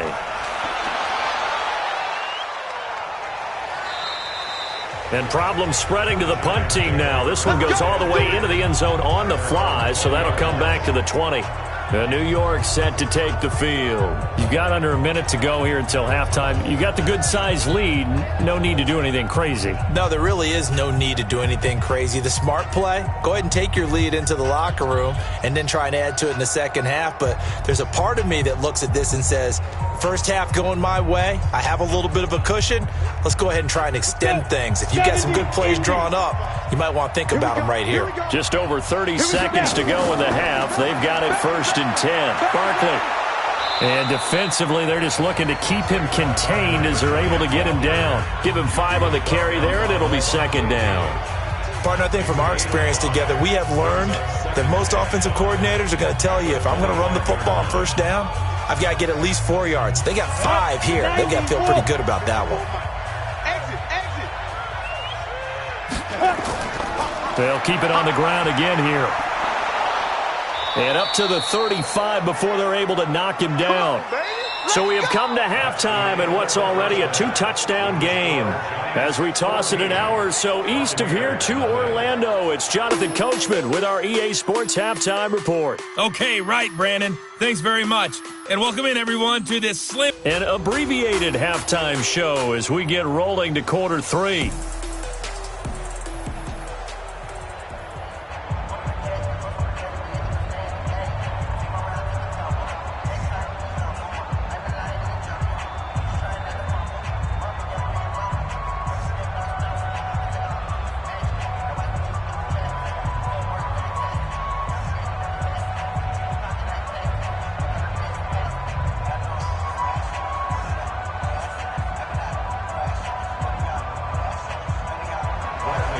Second half ready to get rolling. The Giants with a lead, and they are set to receive this kick. This one taken from the 7. And a good return as he'll be stopped just shy of the 30-yard line. And New York set to take the field. They built a good first half lead. Now they have a chance to add on to it. And what I'm thinking is that the offensive staff spent the entire halftime just working with them on, here's what we think they're going to do to attack us in the second half.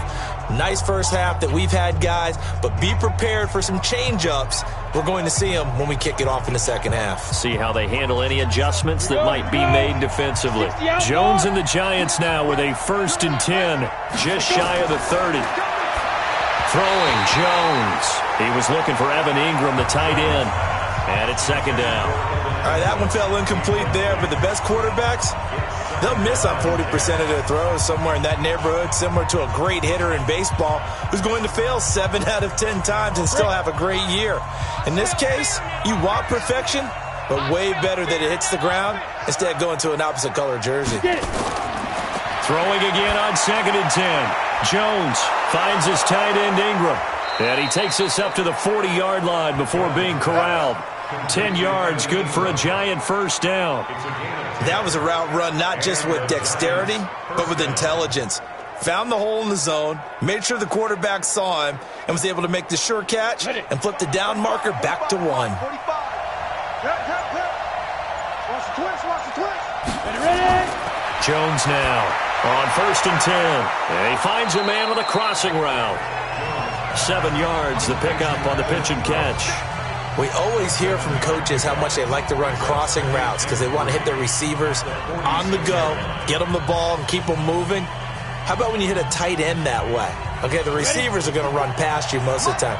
The tight end, they can do their damage a different way, break a few tackles and really scatter some people, can't they? On 2nd down now, Barkley. And the reinforcements come in as they're going to stop him behind the line. It'll be a loss of a full 3 yards there, and it also brings up 3rd down. And that's when this defense is going to need to do more in the second half. Good pressure that time, forces some indecision in the backfield. He's going to wind up being taken down for a nice loss.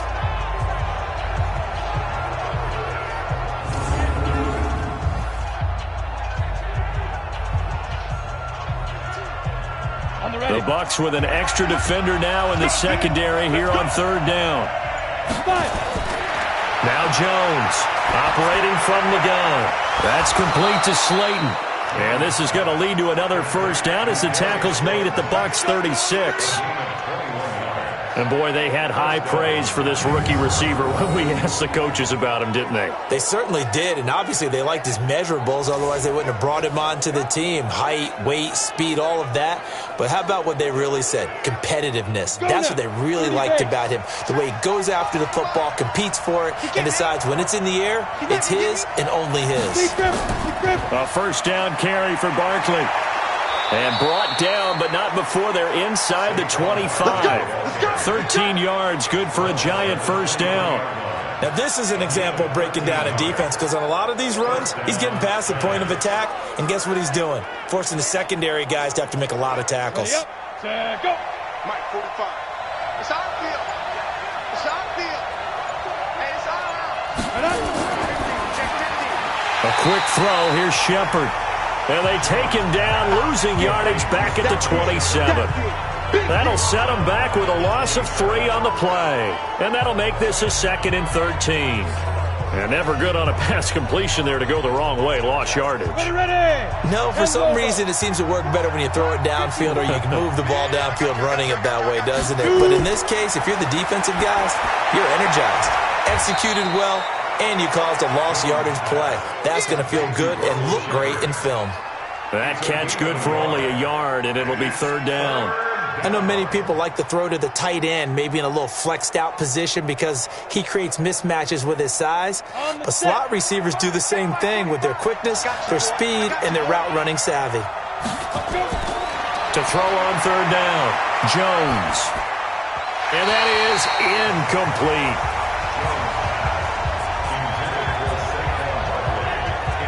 Didn't have a receiver open downfield, as it turned out. Couldn't even find his outlet man because of the coverage. It's way too tight, unable to find anyone open.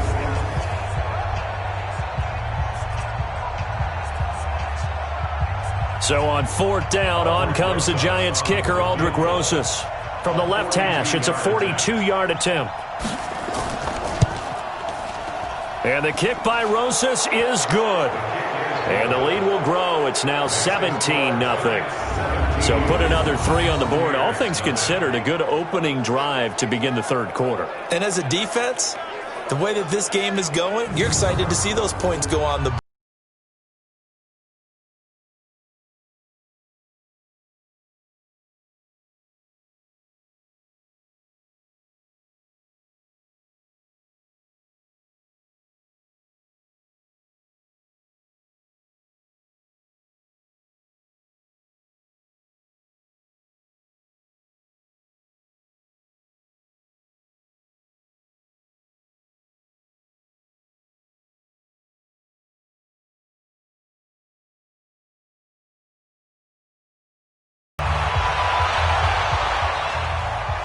This is taken about 7 yards deep.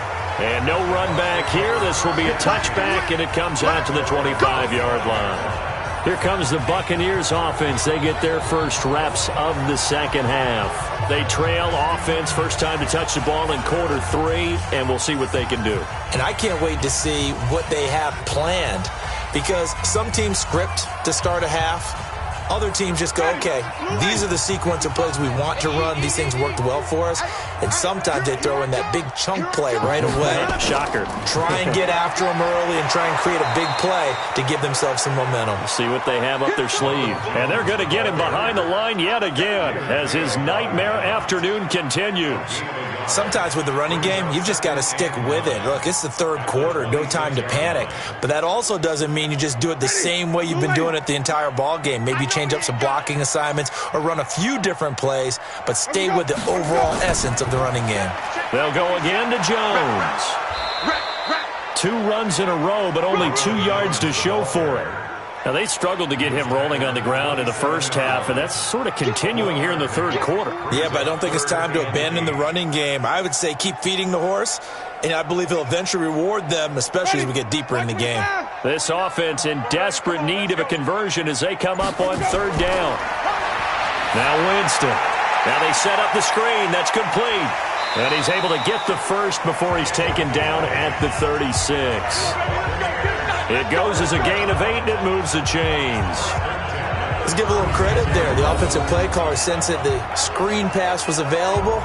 Whenever you're getting a lot of heavy pressure towards your quarterback, that's when you're thinking about running the screen and using that pressure against the defense. And it worked very well there for a first down.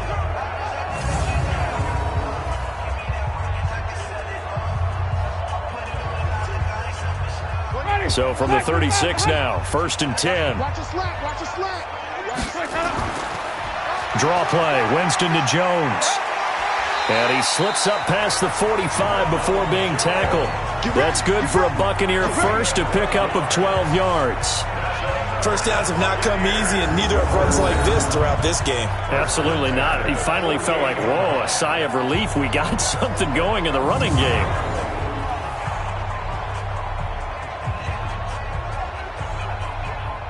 Under a minute to go in this third quarter as they come up 1st and 10. Check 26, check 29. And they'll keep on the ground with Jones. And he's going to get this past the 50 and into Giant territory. 5 yards is the tally on first down. That brings up 2nd and 5. I call that play a success. A nice inside run sets up a very manageable second down. A very solid gain on that play. 3 bud. 2nd and 5 now. Winston. He finds Howard complete. And they're going to have another first down as the tackle's made at the Giants' 33. Back now in Tampa. It's Buccaneer football, but they've got work to do. They find themselves behind here to start the fourth quarter.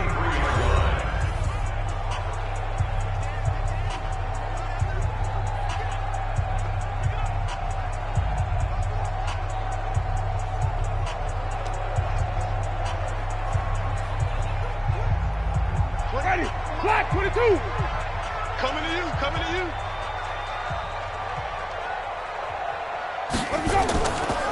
A run with Ogunbowale. This will be stopped about 2 yards shy of the marker. 8-yard gain, 2nd and 2.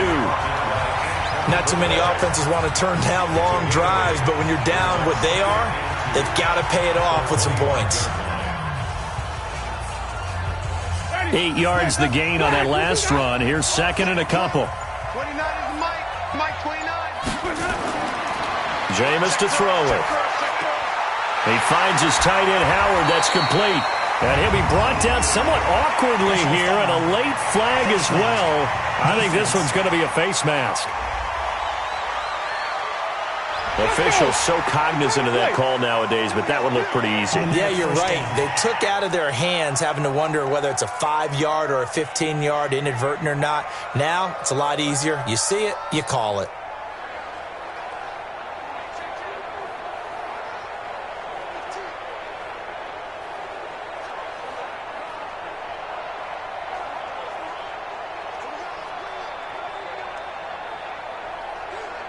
And they've got another 1st and 10 as the penalty keeps this drive moving. 29 is Mike. Mike 29. After the penalty, it's Jones. And he'll be brought down this time at the 5-yard line. It's a 6-yard gain on the ground, and that'll make it 2nd and 4. That's a strong pickup right there on first down. And as this drive goes on, we're seeing an offensive line and running game imposing its will. The last run got 6. Now 2nd and 4. They run it. It's Ogunbowale.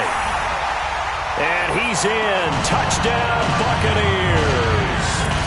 A 5-yard touchdown run. And the Bucs are able to cut in now to that deficit. And there you go. Nothing really too complex. Block, keep to your assignments, let them run it in. They did it. Fundamental football. Good blocking beats good tackling on that play. End result, touchdown. They go for just one here as it's up and good. And that'll cut the lead to 17-7. A good drive that time as they go 9 plays in all. And it's finished off with a 5-yard touchdown run.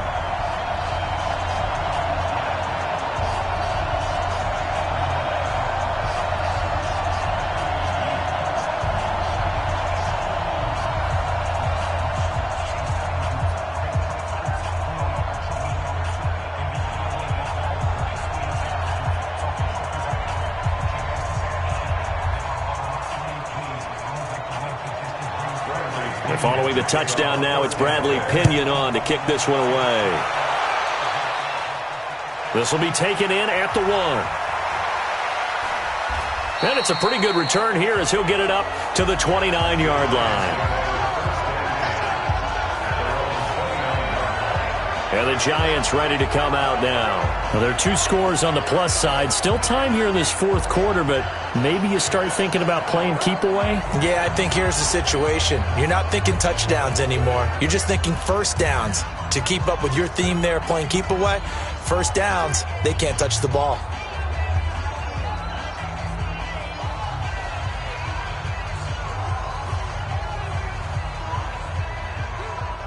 Jones and the Giants now with a 1st and 10, just shy of the 30.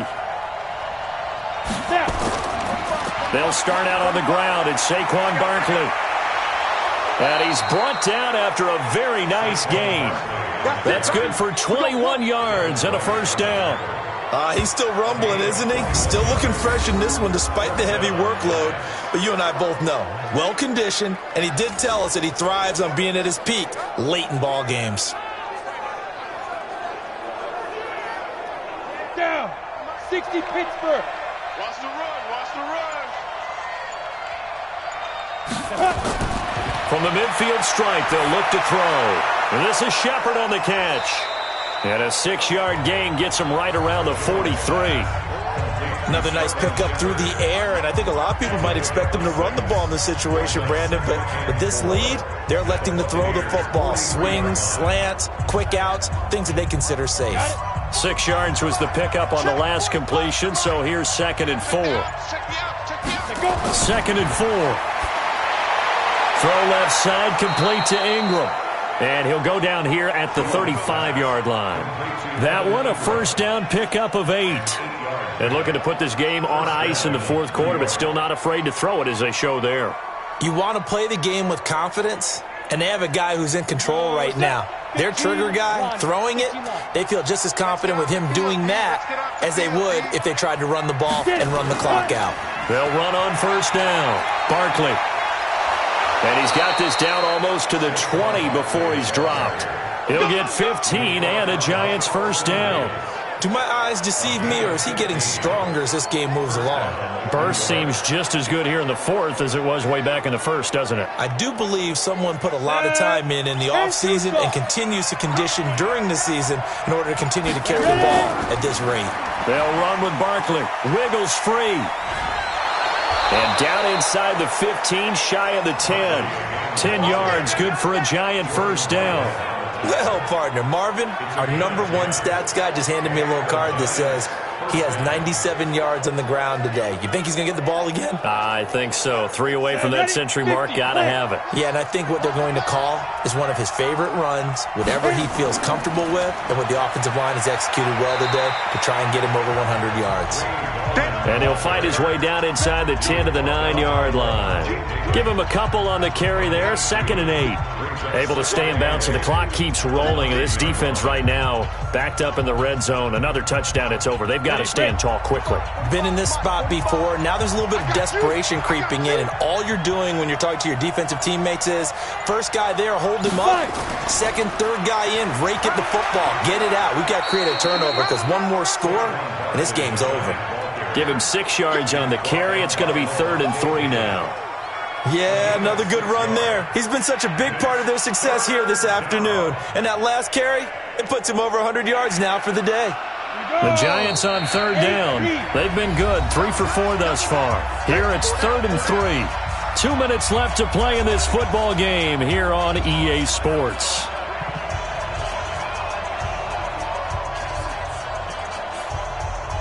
So it's Giants football here as we welcome you back. And let's see what they've come up with offensively after having time to talk it over. Again, it's Barkley. They push forward, but I don't think it's enough. He's going to be about a yard short. And now right out of the 2-minute break, we'll get a timeout used defensively with 1:56 to go.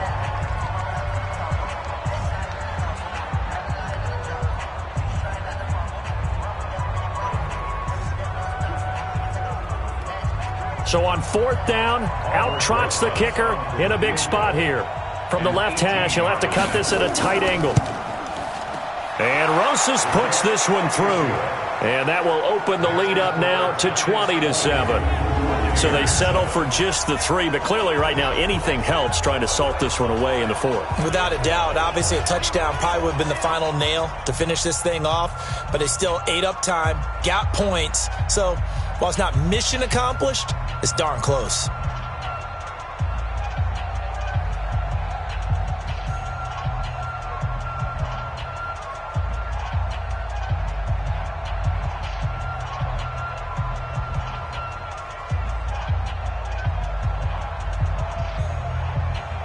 After the field goal, here's Rosas to kick it away. This one fielded at the 5. And nice work on the return as they'll start their drive just past the 30-yard line. Winston readies the offense. Down by 13. A little under 1:50 remaining. It's been a struggle to score all day, and now they need to do it twice here late to have a chance.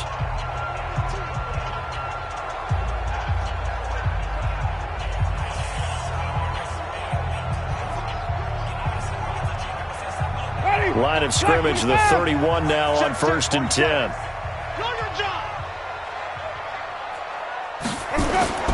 From the shotgun, it's Winston. And he's going to find his man out of the backfield. That's complete. And they're going to have this across midfield and inside the 45. 25 yards there on the catch and run. Good route, good pickup for first down yardage, and that is a tough one to cover, the angle route, because a running back getting out of the backfield, if you're trying to cover that, especially if you're in the linebacker spot, and you're seeing this play develop, he heads out towards the flat first, and that often gets you. And they're going to get him. He's taken down for a sack back at the 47-yard line. Dexter Lawrence in there to take him down, and the clock will roll.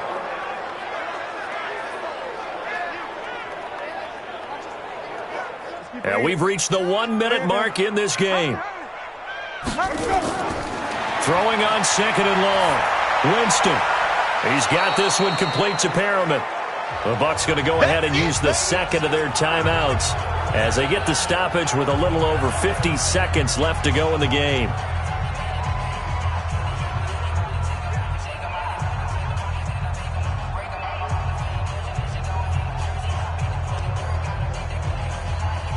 Five in the secondary now for the Giants here on 3rd. Here's Winston. That's caught by Howard.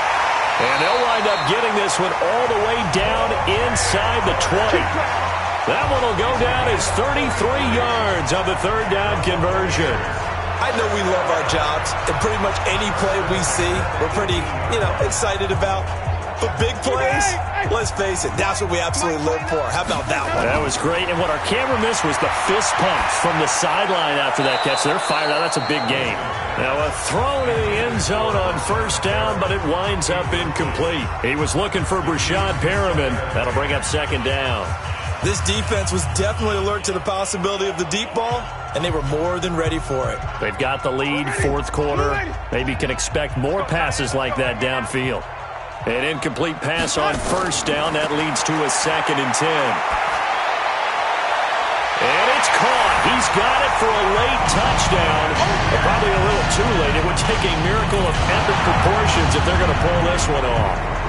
Okay, game on. Don't go anywhere yet. You got a 1-score game now. Probably going to rely on the onside kick coming up. Yeah, they have to. It's not a high percentage play, but it's better than not having a chance at all. And that's when you put your leapers and your flyers on one side, get that high hop, and hope that one of the guys can come up with it. And on the other side, get that hands team ready. No doubt about it. Extra point by Gay is up and good. And now things get a bit more interesting here in this fourth quarter.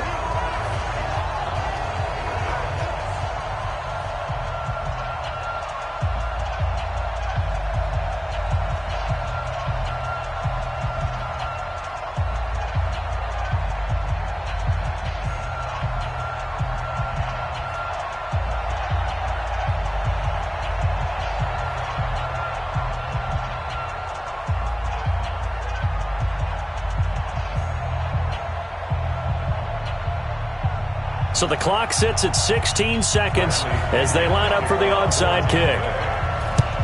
And this will be recovered by the Giants. And that ought to just about do it.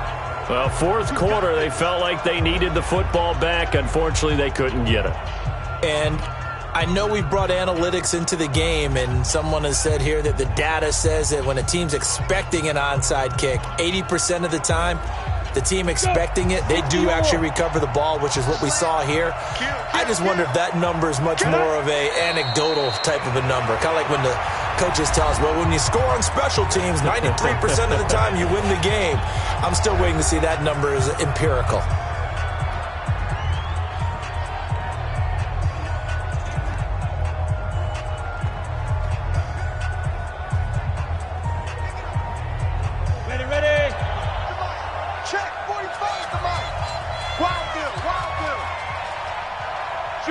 Down to a knee goes Jones, and that should just about seal it.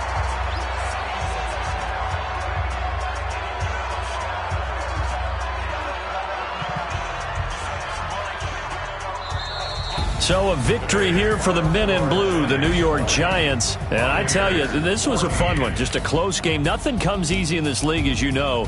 They had to work for that victory. I've got to go back.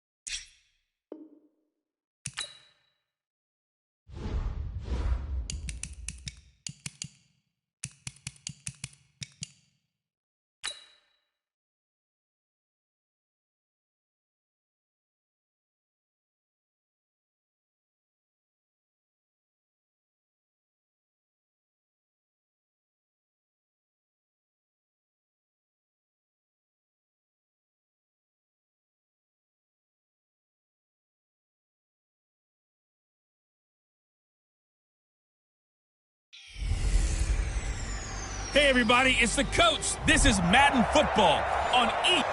On a pretty gray and hazy day here in Southern California, EA Sports coverage of the NFL brings us to Los Angeles. Today, we've got a good NFC matchup on tap between the Detroit Lions and the Los Angeles Rams. Greg Zuerlein now. He'll handle the honors to get us started. And we are underway here in Los Angeles. So here are the Lions now coming out for their opening drive. They'll be led out by a former Pro Bowl quarterback out of the University of Georgia, Matthew Stafford. Matthew Stafford is a big-arm guy who's learned how to temper some of his throws. Actually has added a lot more touch and accuracy as his career has gone along. Big-time confidence in his arm, though. Any throw you want, he can make it.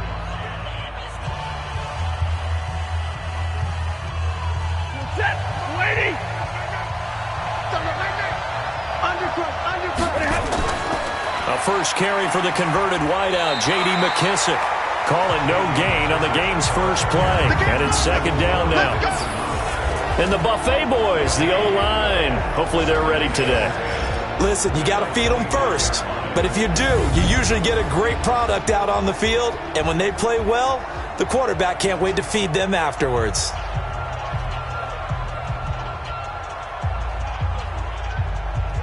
So after the run for no gain, here's second and 10. A shotgun snap for Stafford. incomplete. Good protection that time, and they couldn't hook up on the long one. Now it's third down.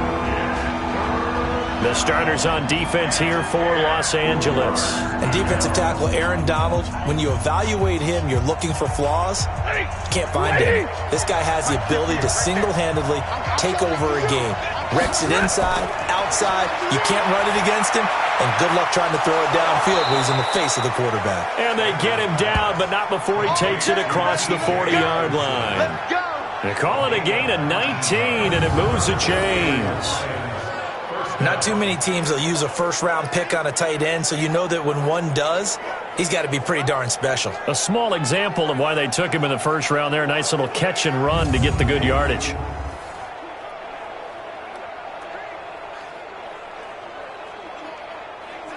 Mike set. Blue 60. Hey, let's get some penetration here. Now to Galladay on the jet sweep.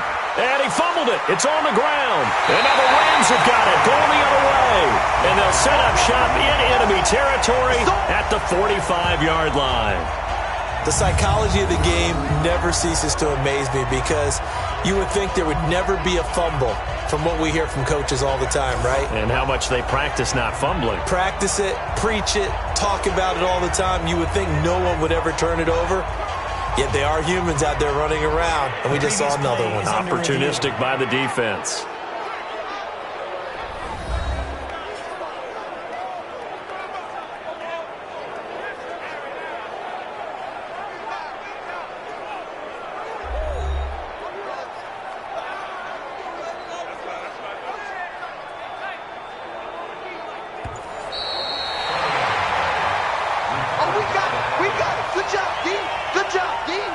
After review of the play, the ruling on the field is reversed.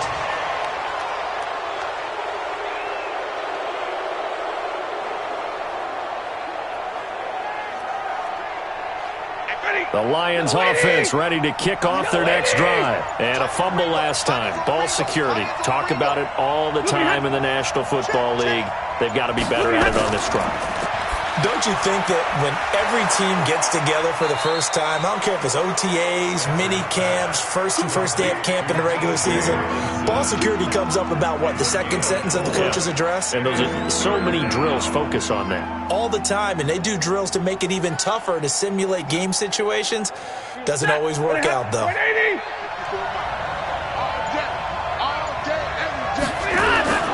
Stafford on third down. He's got his man, T.J. Hockenson. Personal foul, unnecessary roughness, defense. A little too much extracurricular there. When you have a game with a lot of contact, tensions are going to run pretty high. You're going to be emotional, but you have to harness it somehow, and he didn't on that play.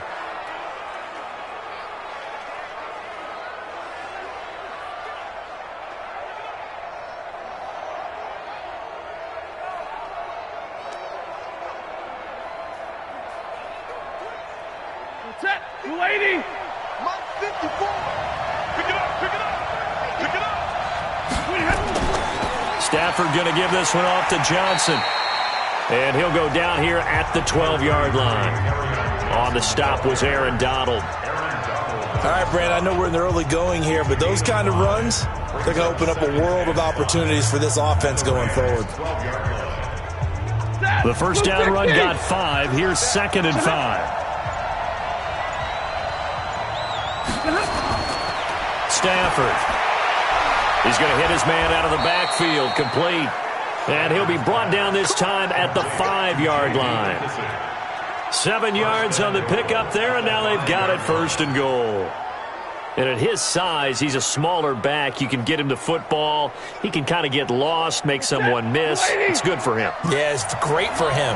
I like what you said there. Sometimes he gets lost in the traffic a little bit, but get him out in the open field into some space. That plays to his strengths the best and keeps him out of it where all the big boys are, you know, make someone miss in the open field. It is tough to complete passes against zone defenses. The windows that you see open, they shrink pretty rapidly.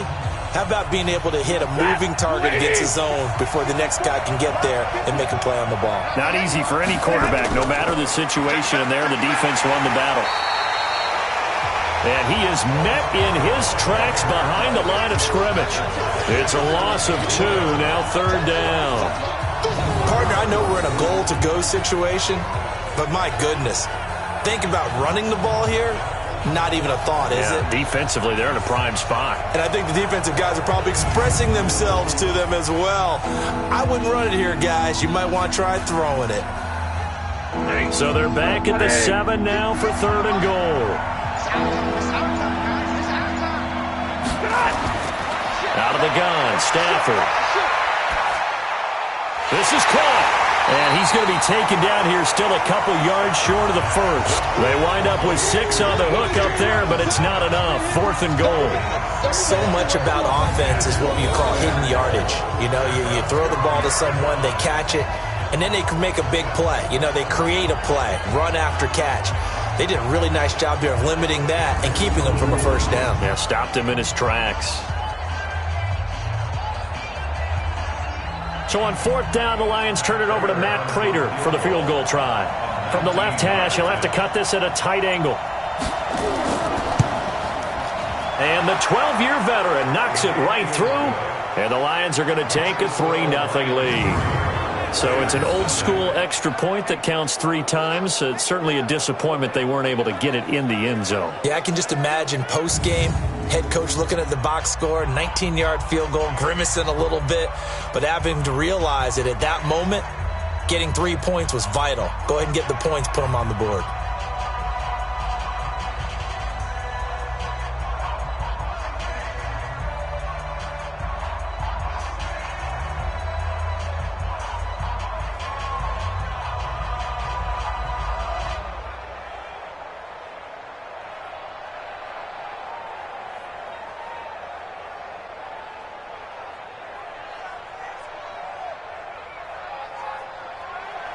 Now it's Martin to do the honors after the made field goal. This one taken from the 7. And he's up across the 25 and down at the 28-yard line. So out come the Rams now for their first possession. They'll be led out by their quarterback, the guy out of California, the former Cal Bear, Jared Goff. While in college, quarterback teams that improved their win total from 1 his freshman year to 5 his sophomore year to 8 his junior year. Love that type of improvement. Love that type of diligence.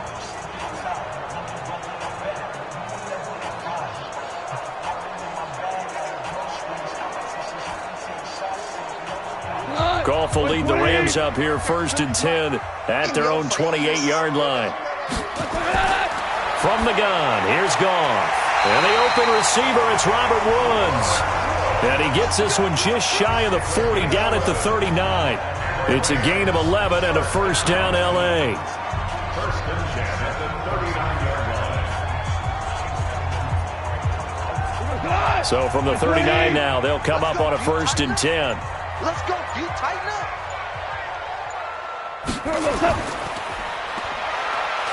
And he will lose yardage back to the 34-yard line. A full 5-yard loss that time. It's going to make 2nd down pretty tough. When you lose that kind of yardage on a pass play, you often expect it to be a sack. But that wasn't the case there. They completed the pass. Probably would have been better off just dropping the football and making an incompletion as opposed to catching it and losing that kind of yardage. 180. So the offense a little antsy. The flag comes out. And a 5-yard penalty. We got 4. Now they nabbed the rookie there for the 5-yard penalty. So much going through his head. You know it just has to be, right? All of his assignments and realizing every game he plays, one of the better players in the league will be opposite him. And that false start penalty certainly not helping their cause here. 2nd down and long. Now Goff will hand this one to Gurley. And they only get a yard back there. They'll be left with a 3rd down and long. The headshots here are the offensive unit. And what about Brandon Cooks? If he's not a 1,000-yard receiver every year he's healthy in the league, I'll be surprised. Came out of college wanting to be a pro, studied all the best receivers in the NFL before he even got to the league.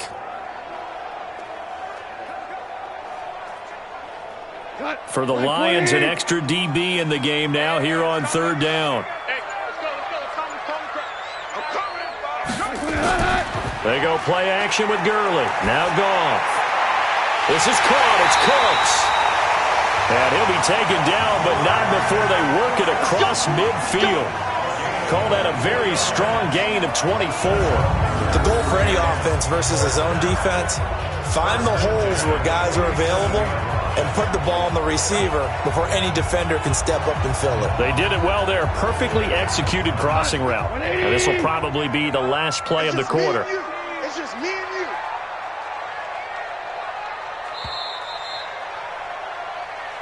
Let's go. 3-0 after one on EA Sports.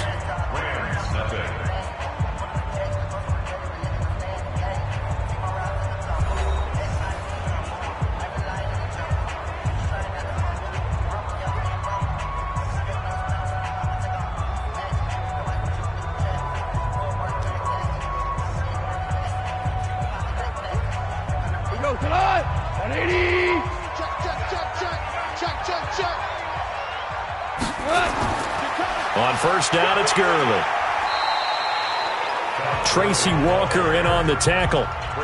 They tried a quick hitter inside, but that one was swallowed up because what they're hoping, this big defensive lineman will take the bait and move laterally and open up a crease that they can run through. Didn't happen on that play. The last run got a couple. Here's 2nd and 8. Here we go. Goff turns and gives to Gurley. And he is going to be stopped cold behind the line of scrimmage. The second down play results in a loss of 2 yards. Another example right there how this defense really is winning the entire game at the point of attack. Yeah, right there at the line of scrimmage because they are dominating it. It allows their interior guys to get upfield and spill into the backfield. So how are you going to combat that? You know, if you bring in your tight end, keep him in, your running backs, they have to step forward. Bottom line, your offensive line has to block them first to give yourself a chance. Now throwing on third down there, but he cannot connect. Even without a ton of pressure in his face, it just shows how difficult it is to pick apart his own defense. Those guys are sitting back, and they're not playing receivers as much as they're playing the eyes of the quarterback and when he delivers the ball. So on fourth down, here's Johnny Hecker to punt it away. Jamal Agnew is deep to return it. And this is going to be ruled out, I think, just inside the 20. Yes, it will. Side judge calls it at the 19-yard line. And Detroit getting set to go now. And last time they got 3 points, but it was a chip shot field goal. And when you go to the sideline after a chip shot field goal, maybe the offense not too happy. It's a balancing act, isn't it? Because you're exactly right. They're none too pleased that they didn't punch it in for 6 points. But they also have to remember they did put points on the board. 3 points is 3 points. And in this league, you take points when you can get them. Not easily done. Stafford and the Lions now have it 1st and 10 at their own 19-yard line. Stafford. This one complete to Lacy. He'll be dropped at the 25 after a gain of 6. In so many ways, throwing the hitch route is actually one of the safer things an offense can do. Get the ball out to the receiver as fast as possible, hope he's got man-to-man coverage, and hope that his athleticism wins on the perimeter.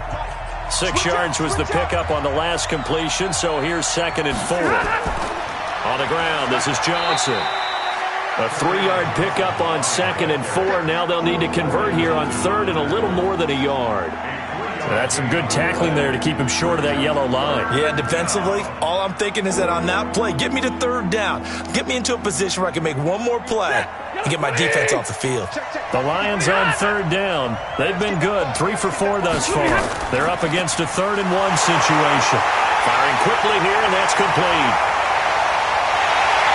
And he is going to get this one back to the 20-yard line.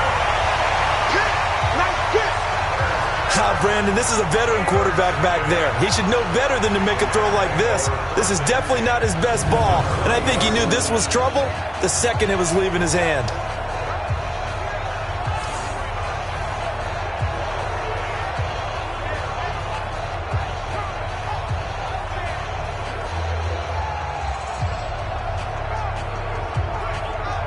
And now out on the field, here comes Los Angeles. They were forced to punt last time, and I doubt sincerely that they'll have to punt here because they're gifted with terrific field position. I don't even want to think about the idea that they would end up punting starting with this type of field position. Neither do they.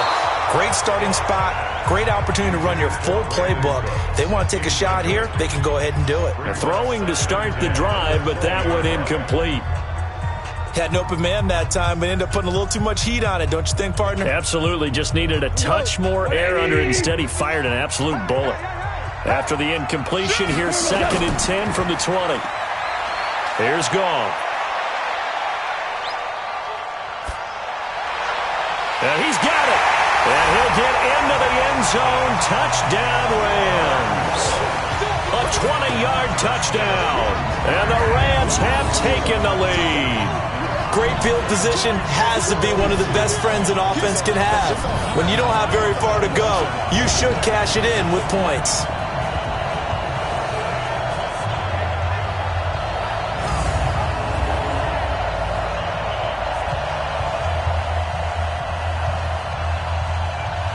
Now Greg Zuerlein on for the extra point.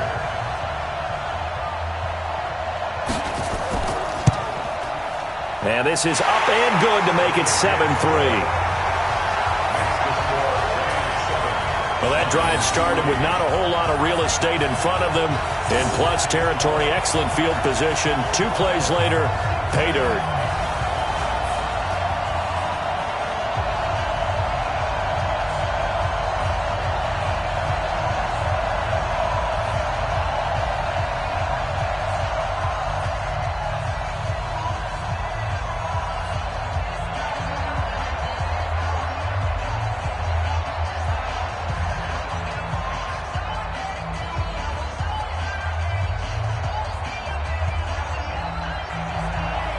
Now after the touchdown, it's Zuerlein. He'll kick it away. This is taken at his 4.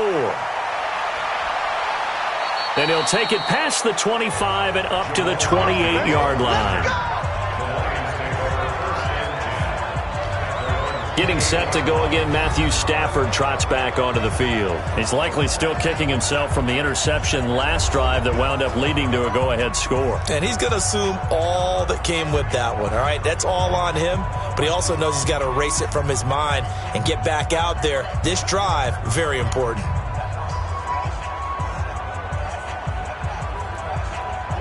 Stafford and the Lions now have it 1st and 10 at their own 28-yard line. They go back to the air here after the INT on the last drive. Kenny Golladay is intended receiver, but it'll be 2nd down. And that's one he's got to be happy to have back. There wasn't a hole open in the zone. You'd have to think on early downs like that 1st down there, need to be a little bit more careful. Yeah, fortunately for him, got a couple more downs to play with. So now they'll come up on 2nd and 10, once again from the 28. Throwing again, Stafford. And this one incomplete. Too much contact to hold on to that one, and it's 3rd down. So he can't hang on, and as I watch that unfold, I remembered an expression that I've heard, maybe from you, I don't know, but you're going to get hit anyways, might as well hold on to the ball. Right, you know a coach said that, right? Yeah. Not an actual player. Not a chance at all. Way easier said than done. Throwing on 3rd down, Stafford. Looking left side, it's complete. He's got it. The completion there winds up a wash, and it'll bring up 4th down. They dialed up the blitz on 3rd down, and your worry as a defense that they can hit you with a big play in that situation. Instead, the blitz pays off, able to rally to the football and make the play.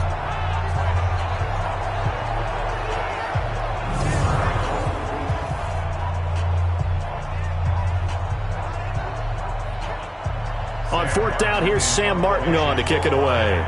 JoJo Natson back deep for the Rams. And he gets this away, and look at this. This is a good one. And this is going to hit the goal line and continue on into the end zone for a touchback. Here's the Los Angeles offense as they get set to take possession. And they're hoping to redo their efforts in the last drive when they got into the end zone. And just think of what it's like now on the sideline, because when you score a touchdown, you have to go over and look at the tablet and see what you did on the last drive. When you scored points, it's a whole lot better view than when you're trying to figure out how to fix things there.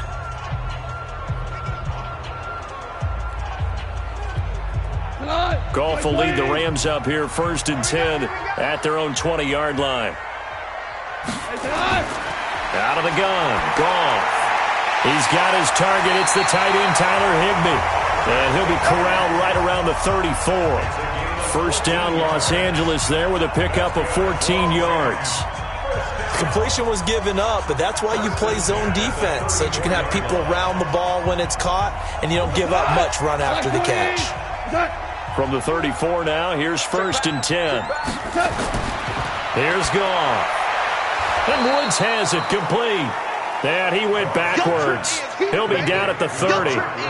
That's going to wind up a loss of a full 3 yards on 1st down. They threw the screen to the perimeter, but to no benefit at all. Tackled behind the line of scrimmage for a loss of yardage.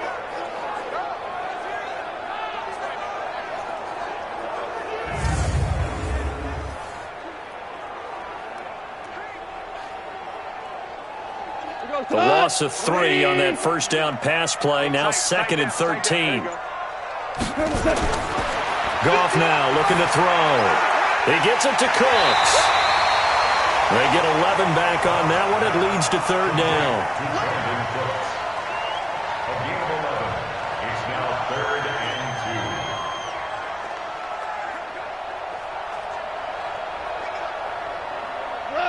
2. 20. Tackles. Watch twist. They'll try and pick up the first with Gurley. And he won't be close to a first down as he runs into a wall right around the line of scrimmage. No gain on the play as we have reached the 2-minute warning. 2 minutes to play in this first half. 7-3 our score.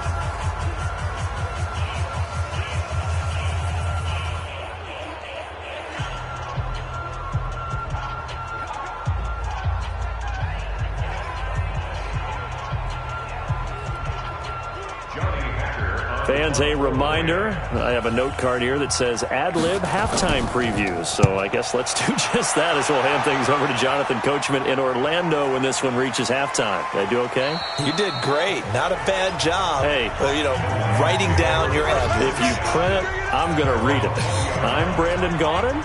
Kenny Golladay making his way back onto the field with the rest of this offense. Hasn't had his best day to this point here in the second quarter, and they're losing. You got to think, though, that also means that maybe the defense doing a good job on him. There's two sides to that coin. I would agree, so you have to give them credit, but that means you've got to find a way to beat that defense and make sure one of your top playmakers touches the football and has an impact on the game. Change formations, change where he lines up, put him in motion, anything possible to shake him free. Maybe that greater impact comes here on this drive. To throw is Stafford. This into the hands of Marvin Hall, complete. He'll get a dozen there, and the Lions have a first down. People worry about throwing the out route because often it can get jumped, and that can turn into either an incompletion or an interception. But not on that one. Everything came together, and he catches it and goes over the sideline.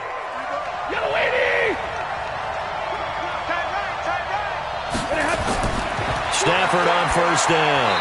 His throw incomplete. It's been my observation there's been a nice variety of play calling defensively.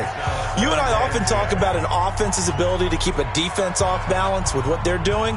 I think the converse has been true in this game. Yeah, I think you're right. They seem to have gone off tendency quite a bit, but only the second quarter, a lot of time to change things. Here's 2nd and 10 now from about the 32. Throwing to Stafford. Amendola's got it, complete. That catch good for 5. It's 3rd down.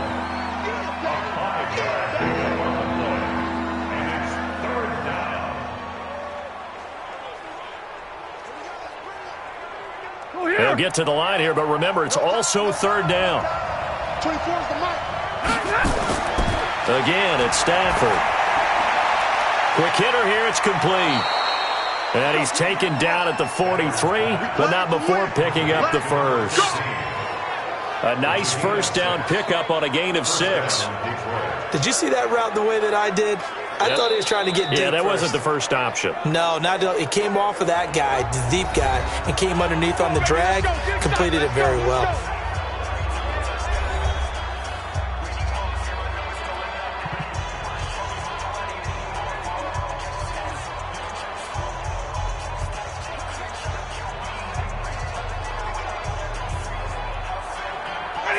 A couple of first downs has the football positioned at the 43 as they come up 1st and 10. Stafford looks to throw again. Now he'll dump it underneath to his running back, complete. The Lions now going to use the second of their timeouts as the stoppage will come with a little under a minute to go in this first half.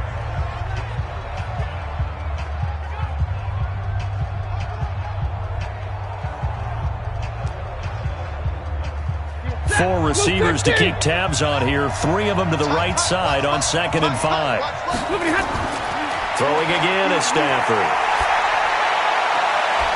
Catch is made by Hockenson, the tight end. And this is going to be another first down as the tackle is going to be made at the Rams' 29-yard line. I know the halftime's approaching, but I don't think he's going to want to take a break. That's his 5th catch. Yeah, they've really been targeting the tight end.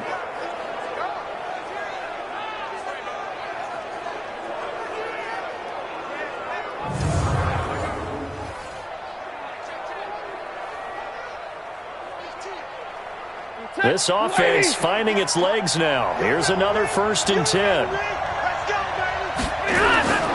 To the air again, Stafford.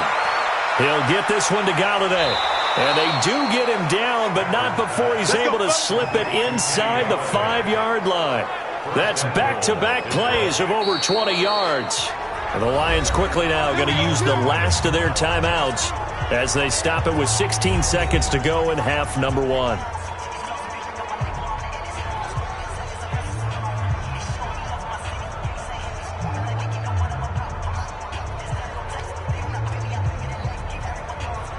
Two big plays in succession. Not sure this D knows what hit him, but now they got to get ready. It's 1st and goal. They run. This is Scarborough. And he'll keep working toward that end zone as he's down to about the 2-yard line. It'll be a gain of 3 on what should be the final play of this first half. So we've reached intermission here in a low-scoring game. 7-3 is our score. As we'll send you eastward to Orlando. Standing by with that EA Sports halftime report now is Jonathan Coachman. Take it away, Coach. Okay, Brandon, thanks very much. And welcome in, everyone, to an abbreviated version of the EA Sports halftime report. This one has been a hard-hitting affair to this point, and you got to expect we'll see more of the same in the second half. And to bring the action your way, let's get it right back out to Brandon Gott. All right, Coach, thank you, and we welcome everyone back for quarter number 3.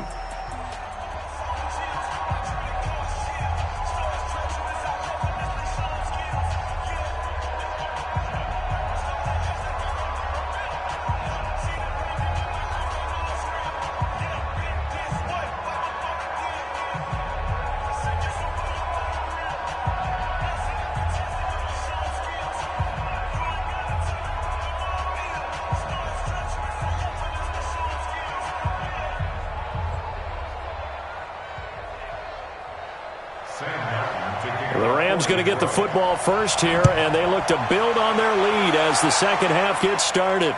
This one fielded at the 5. And he'll be brought down at the 23, make it the 24-yard line. And now out on the field, here comes Los Angeles. They have the lead now. They'll be looking for some separation here as we begin the third quarter. I like the way you term that because now I think they go a little bit deeper into their playbook. They like what they did in the first half. That worked okay. But in order to get the separation that you just talked about, change things up a little bit. Change your tendencies. Try and hit them a little bit more with some things they didn't see in the first half. Let's see if they do just that. Goff will lead the Rams up here 1st and 10 at their own 24. Three down. Motion, man. What's that? 12. Watch 12. The third quarter starts with a run by Gurley. And he gets this one just shy of the 40. They'll mark him down at the 39. It's a gain of 15, and the Rams have a first down.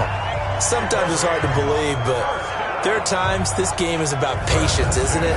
Hasn't had the game he expected, but that run there, that may get him going. I was just going to say, maybe that gives him a little juice, because you're right, he struggled, especially in that first half. Yeah, and I know the great ones always think to themselves, just hang in there. I'm just one big carry away from busting this open. That's a good start for him. From up near the 40 now after the big play to start, here's another 1st and 10. Now Gurley. Nowhere to go that time. He maybe got a yard up to the 40. Tough first half for him, unable to put up the numbers he's used to producing. But with a guy like him, you and I both know it just takes a couple of explosive touches for him to make an impact on this game and on the stat sheet as well. The run only got a yard. Here's 2nd and 9.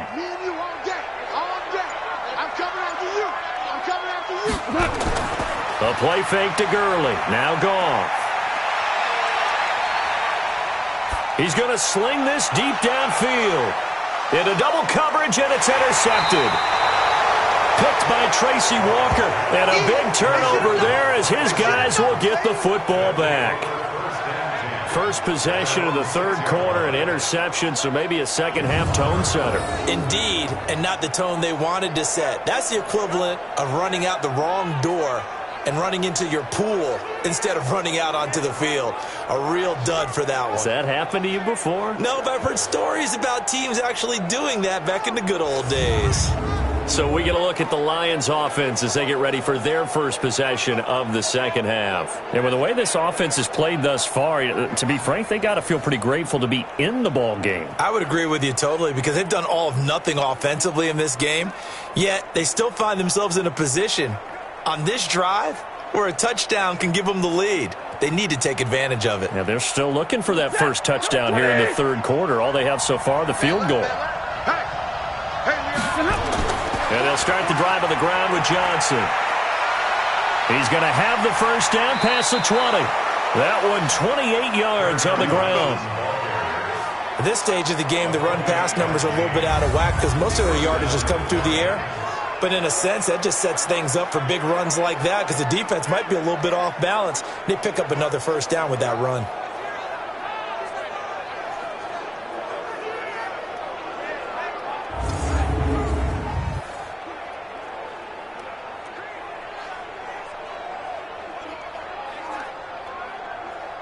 So they'll come up 1st and 10 now from the 33.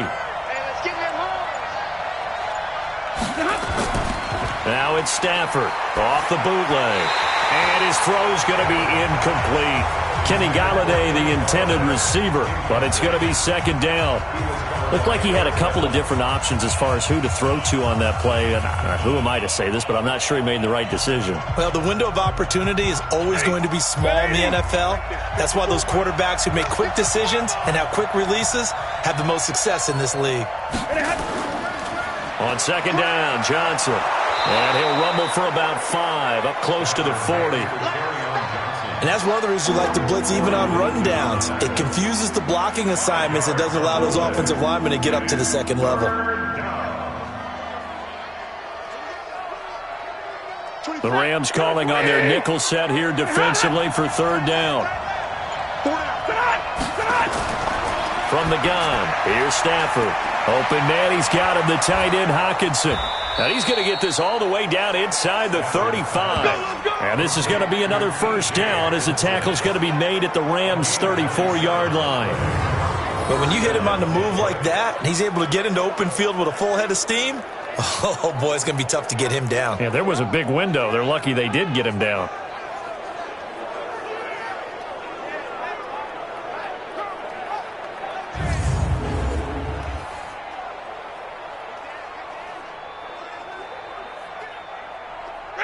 So from Rams territory now, it's 1st and 10 at the 34. Here's Stafford. Open man is Galladay, complete. A gain of 6 there on 1st. He decided to run a hitch route. It really helped to have a guy who can turn it loose. And, boy, he rifled one in there on that one. Not much run after catch, but it worked really well.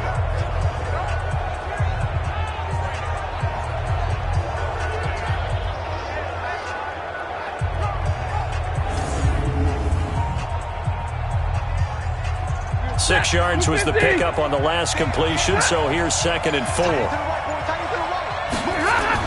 They go back to the ground with Johnson. And down inside the 15 he goes. It's a gain of 14 and a first down for Detroit. This has been a good drive so far. It's been the running game for the most part that's powered them down there. Another nice burst there, picking up a first down. Now it's 1st and 10, as you said, in the red zone.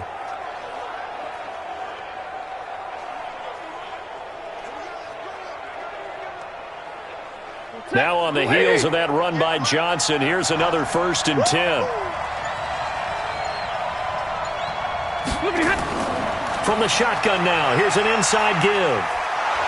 Showed off the juke, but still corralled shy of the 5 at the 6-yard line.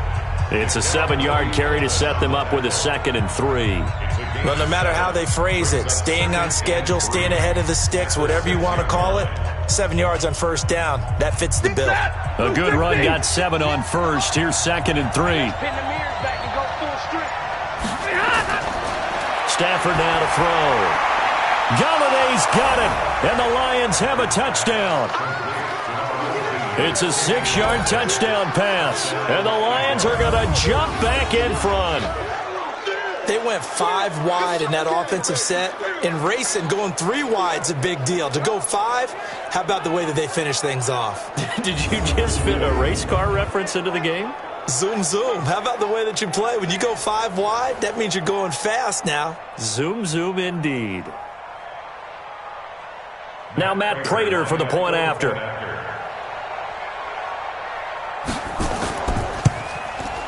And it's through, and that makes the lead 10-7. So that drive in total 8 plays. And it's capped off by a touchdown for the Lions.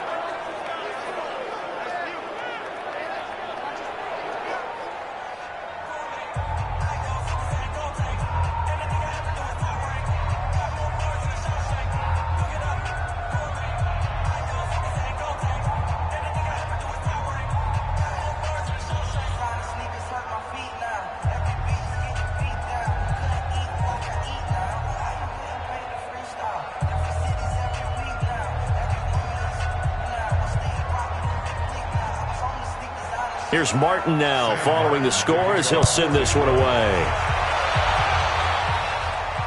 This one taken from the 7. And not a bad return here. He gets it out to the 25-yard line. Getting set to go again here, Robert Woods marches back onto the field. He's hoping to take what has been a good game here and make it a great game. But so far, solid, and we're still in the 3rd quarter. And there's nothing wrong with solid. You want to be that. You want to be reliable. You want to be a guy that puts your team in a position to have a chance to win.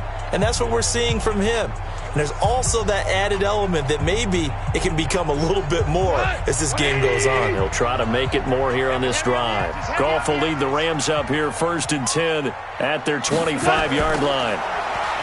Trying to shake off the interception from the last drive. He'll look to throw.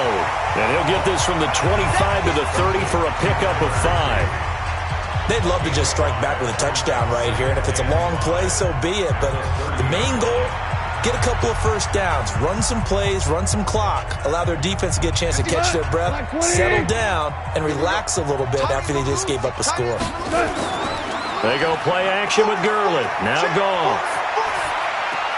He's going to dump it off to Gurley. And able to get this one across the 45 before he's brought down. It'll be a first down for the Rams there on a pickup of 18. We can talk all we want about football being a game of strength and brawn. It's also a game of mismatches, and they're trying to create one there, getting it to their back out of the backfield to make a bigger play. As we often say, get it to him in space, let him use his leg. Yeah, if he can get a matchup against a linebacker or maybe a defensive end dropping out in a zone blitz, he's going to win that battle just about every time.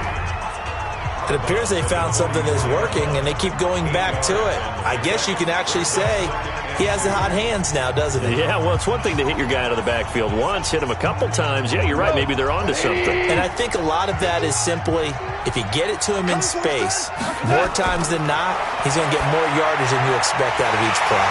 Goff's throw here finds Woods. And here he'll be brought down a little shy of the 35 at the 36. That one a first down pickup of 8.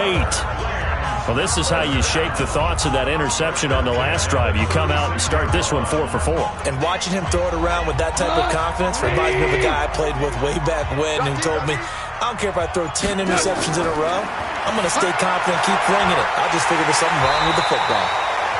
And inside the 20 before he's brought down.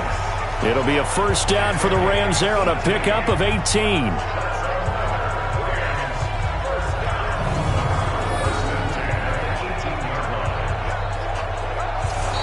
Back now in Los Angeles. It's been a very hotly contested game to this point. Just a field goal separating these two teams as we get set for the fourth quarter.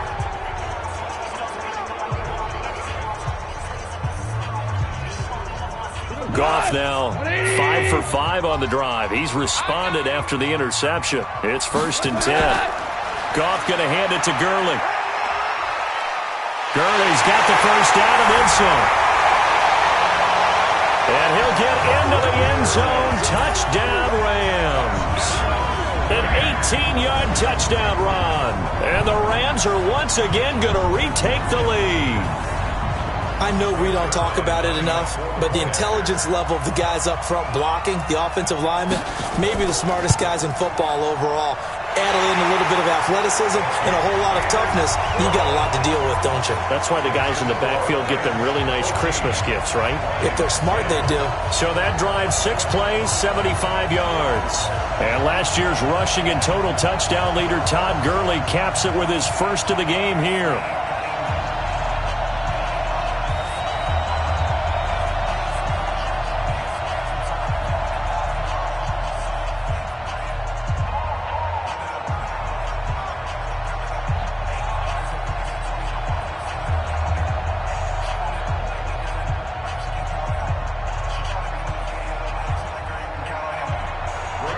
Now after the touchdown, it's Zerline. He'll kick it away.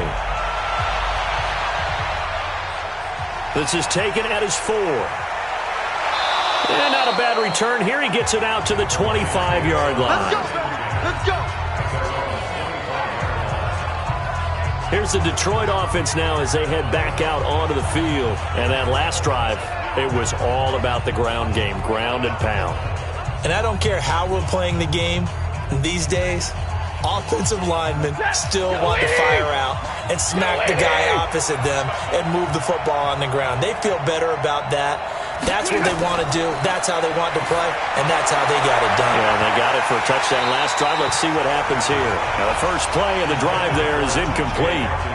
We have not seen a whole lot of wide-open receivers. Everything seemingly has been contested. And that's another nice job there to force an incompletion.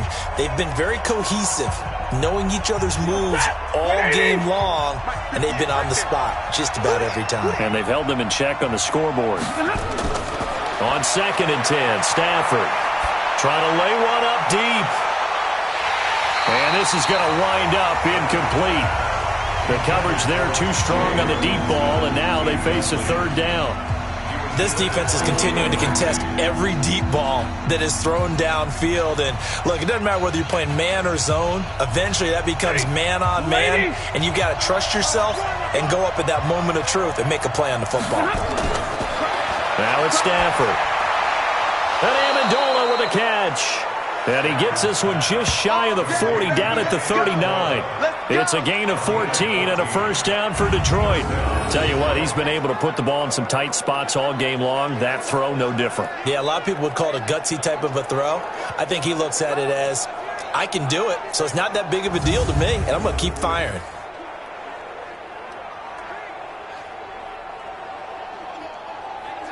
Stafford now perfect since the second half started. 7 of 7. It's 1st and 10. Out of the gun, Stafford. Nowhere to escape, and he goes down. Marching in for the sack, Michael Brockers. And plays like that really hurt play calling. They had a really nice gain on the previous play, but gave about half the yardage back on the sack. Excellent pressure up front. Nowhere to go with the football. Down he goes. Got to imagine the pass rush will be equally intense here on second down following the sack. It's 2nd and 18. Now Stafford. James has got it. Complete.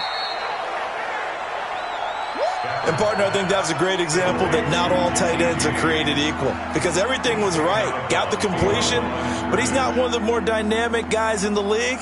So even though he caught it, couldn't turn it into much more. The Lions on 3rd down. 6 conversions and 9 tries. They've done a great job of picking these up. This will be a tough 3rd and 18. Here's Stafford. And he will be hit from behind and run over. Wow. The perennial Pro Bowler Aaron Donald gets the sack. Well, how about that? A dime set on defense, 6 defensive backs. None of them blitz. They're just back there in coverage. Defensive lineman gets the sack. That's where the O-line, they go to the sideline, they keep their helmets on so the cameras can't find them, right? Yeah, the cameras can't find them, but I know one thing. The O-line coach will.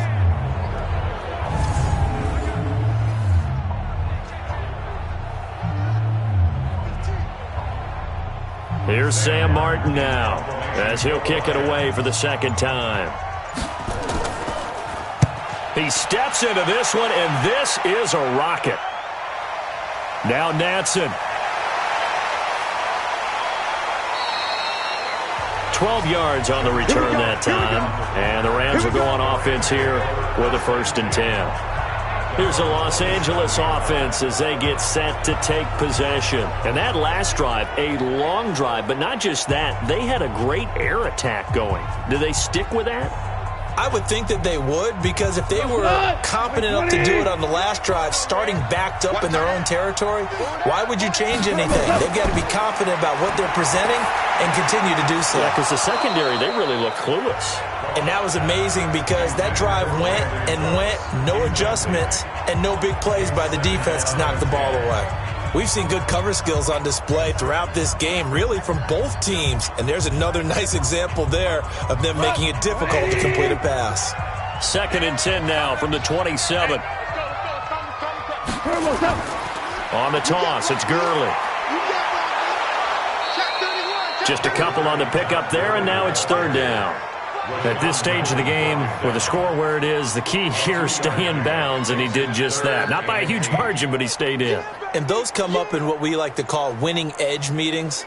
The things that you have to do, late game situations, kicking situations, doesn't matter what it is, the things you have to do to win a game, and that comes up in that meeting, then you practice it, they've got to be happy to see it executed, being able to stay in bounds and work the play. And he'll be taken down, but not before they work it across midfield. 23 yards, the final tally. Big hook up there, forced to throw it on 3rd down. The connection's going to keep the drive alive and also keep the clock moving. Yeah, and from a defensive perspective, didn't get a sack, didn't knock the ball free, didn't break up the pass. The clock keeps running on you. You're in a dire situation now. Clock running, under 4 to play now as they come up on 1st and 10. Here's Goff. Open man, Higbee, the tight end. And past the 35, he'll be dropped a yard or two shy of the 30. 16 yards is the pickup there, and a 1st down for L.A. These guys are running offense like you drive. The pedal is down, stomped down. How about that? Back-to-back completions. They are rolling. So much for being conservative and running that football. Now it's Goff off the bootleg. And that's complete to Cooks. Another good gain. That's now 35 yards combined on those last 2 plays.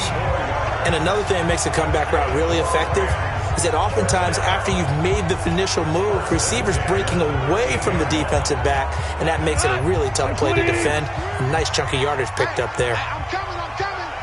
Alert flare. Here's Gurley. And he'll fight his way down right around the 12. He was brought down by Devon Kennard. Now, the objective there, I mean, yes, the positive gain, that's nice, but work some clock. Yeah, you're exactly right, but the problem for them is still within a possession, so they can't just sit on it running the ball. They have to find a way to throw it effectively as well. Coming up to the line, and they will need to run another play here before the 2-minute warning. Here comes carry number 10 for Gurley.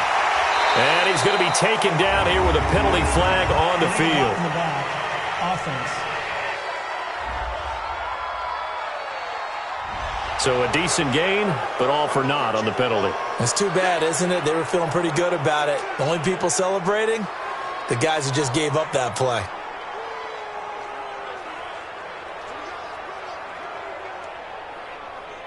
White 20. We got to get the ball, D. Get the ball right here. Let's go. On second down, here's Goff. He'll get this one to Cup, complete. And a pretty little juke move there on a nice gain. They'll get 9 there as that sets them up better for third down. Fourth quarter, down to the final 2 minutes, and we've got a one-score game.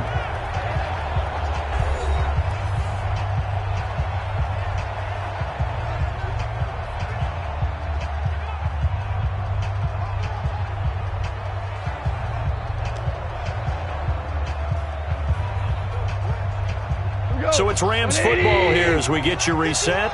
And let's see what they've come up with offensively after having time to talk it over. On third down, they'll run it with Gurley. And now we'll see a timeout used on defense as they stop it right out of the break with 1:57 to go in the ballgame.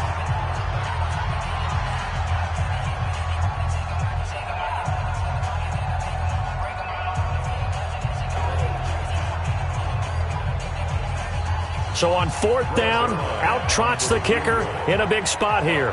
From the left hash, should be a fairly easy one here. Zerline's kick is up and through. And that moves him up by a touchdown now at 17-10. That drive took him inside the 10.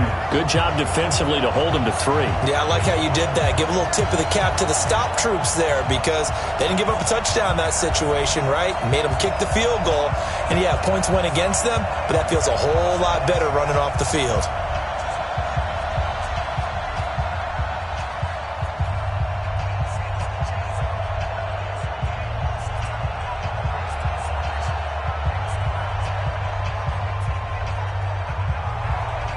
After the made field goal, Zerline back out there now to send this one away.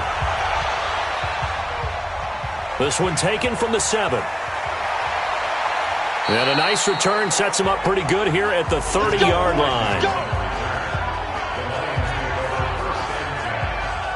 So Stafford and the Lions now trailing 17-10. A minute 50 to play. They need a touchdown to the PAT to tie it as they come up 1st and 10.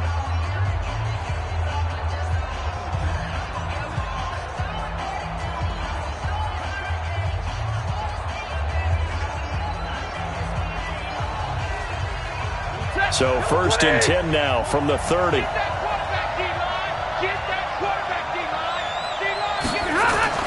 Now it's Stafford. They'll tussle for it, and this is going to be caught. A good pickup there, 26 yards. Partner, they're clearly saving those timeouts, but they still have to work with some urgency to put themselves in the right position. First down now, but that clock rolling. He'll look to throw. And that'll wind up incomplete. Try to give his man room to run under it, but it's second down. I guess you can't be afraid to take those chances late in the game. He tried to fit that one in there. Nice job, though, defensively. But to your point, it was a nice job of knocking the ball away. But you're also right. You can't be afraid to take those chances. That means your guys going downfield to catch the ball, they've got to elevate their game and come down with these in order to keep your offense moving. Stafford delivers this to Hawkinson. 4 yards on the completion, and it sets up a third down. An incompletion, now a short pickup. That's not going to do it. Yeah, you got to get to the line of scrimmage quickly, get set up, and aim downfield. They'll get to the line here, but remember, it's also third down. Back to throw. And he'll find Galladay. That's complete. And this is going to be another first down as the tackle's going to be made at the Rams' 19. All right, let's just put it on the table real quick here. This is 2-minute drill. You got to know they're looking for their #1 receiver. Yeah, you think they'd be ready for that? That time they weren't. Counting down to 30 seconds remaining. From the red zone now, Stafford. And that is incomplete. Took a shot there on first down, but he couldn't reel it in. Quarterbacking 101. Never force the ball into double coverage, especially not this close to the goal line. The windows are so tight, you just don't want to force it in there because it could be tipped up and picked off. So now 2nd and 10 after the incompletion on first down. Back to throw. And it's caught. It's a touchdown. So they rally here in the final minute, and they're an extra point away from tying this game. And while it appears the heavy lifting was accomplished by scoring the touchdown, they're still down 1. That extra point is not a gimme.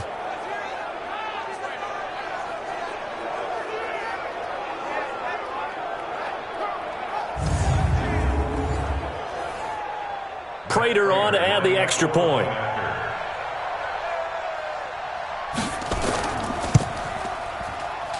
And no sweat, he puts it through, and we are tied here in the 4th. So the drive there took 6 plays, and the end result, a Detroit touchdown.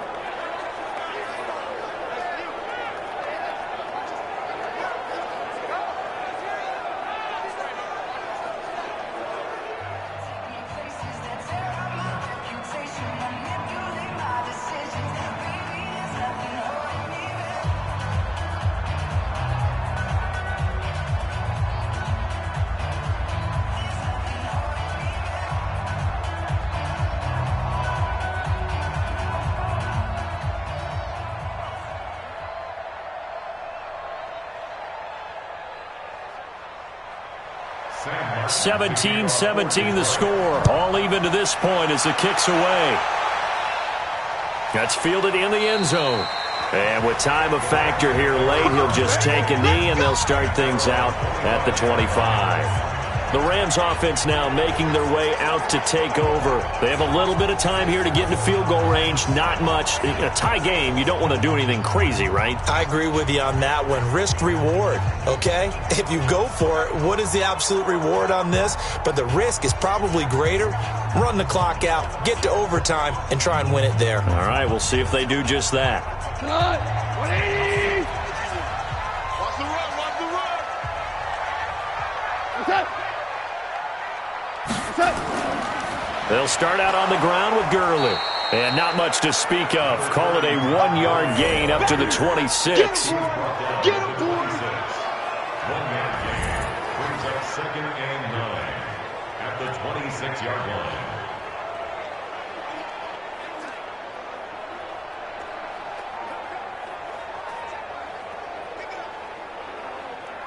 We go tonight! Like 20!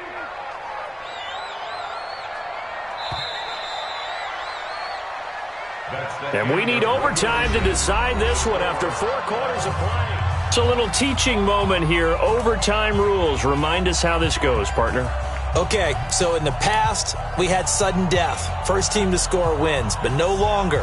Now, if the team receives the ball, scores a touchdown, they win the game. If they kick a field goal, though, or don't score, the other team gets a possession. And after both teams get a possession, then we're into sudden death. First team to score wins the game.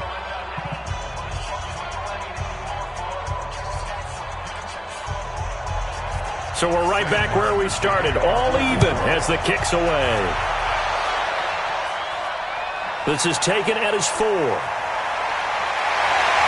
And a nice return sets him up pretty good here at the 30-yard line. And now out on the field, here comes Los Angeles. They control their own destiny here. They have the football in overtime. Obviously, a touchdown would win it. And I think teams around the league are still adjusting to the idea of going downfield, scoring a touchdown wins the game, because they were used to just going downfield and trying to get in field goal range to win a game. Still having to make that transition. Let's face it now, the ones who are doing it best know they need to go down, attack, put the ball, and not leave it up to a field goal and give the other team a chance. Yeah, as we said, they control their own destiny now. Now a play fake here on first down. And that'll be caught by Cup. And he'll be taken down, but not before they work it across midfield. 23 yards on the play. So they come out throwing in the extra session and get a nice hookup right away. Tells you a lot about what a coach feels about his team, doesn't it? That type of a play in overtime. So many people in this situation play not to lose instead of playing to win. That throw there tells you exactly what they're trying to get done.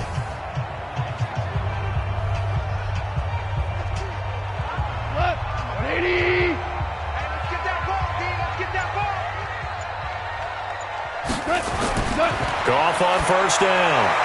Over the middle, that's hauled in by Kupp. And he gets this inside the 35-yard line. That's a gain of 13, first down Rams. Charles, you get into these overtime situations, that's not a bad guy to dial into. Well, when you have to have plays, especially in a spot as you just described, we're in OT, you've got to go to the guys you can trust and you know are going to make the plays. Well, they say it's not the X's and the O's, it's the Jimmies and the Joes. He's got a first down and much more inside the 20. And he'll finally be taken down at the 18. 16 yards is the pickup there and a first down for L.A. Well, a good start for him under center here in overtime, now 3 of 3. And this is where you have to know who you have playing quarterback. You've got a confident thrower right now, someone who's taking care of the ball, but not being timid as well, and is moving the team downfield. That opens up your playbook and allows you to dial up some big shots if you want them. 180!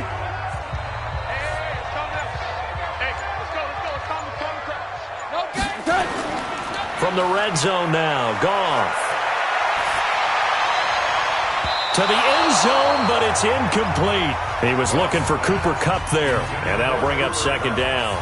That's one of those pivotal plays that'll just stick out in everybody's mind from this game. If he picks that off, what a momentum swing down here in the end zone.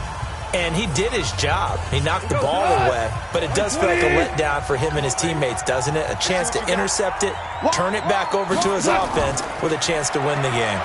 Now it's Gurley.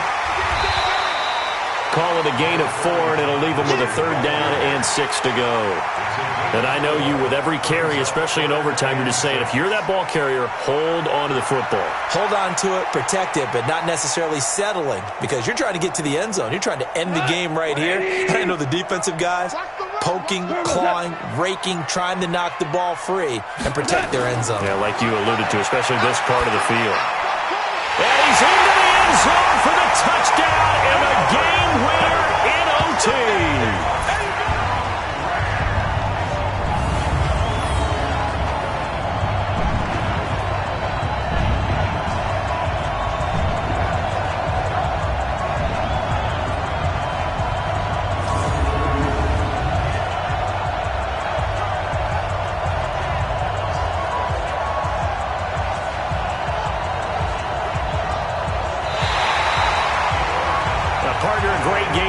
To see it, making it extra special. Not only did I get 4 quarters with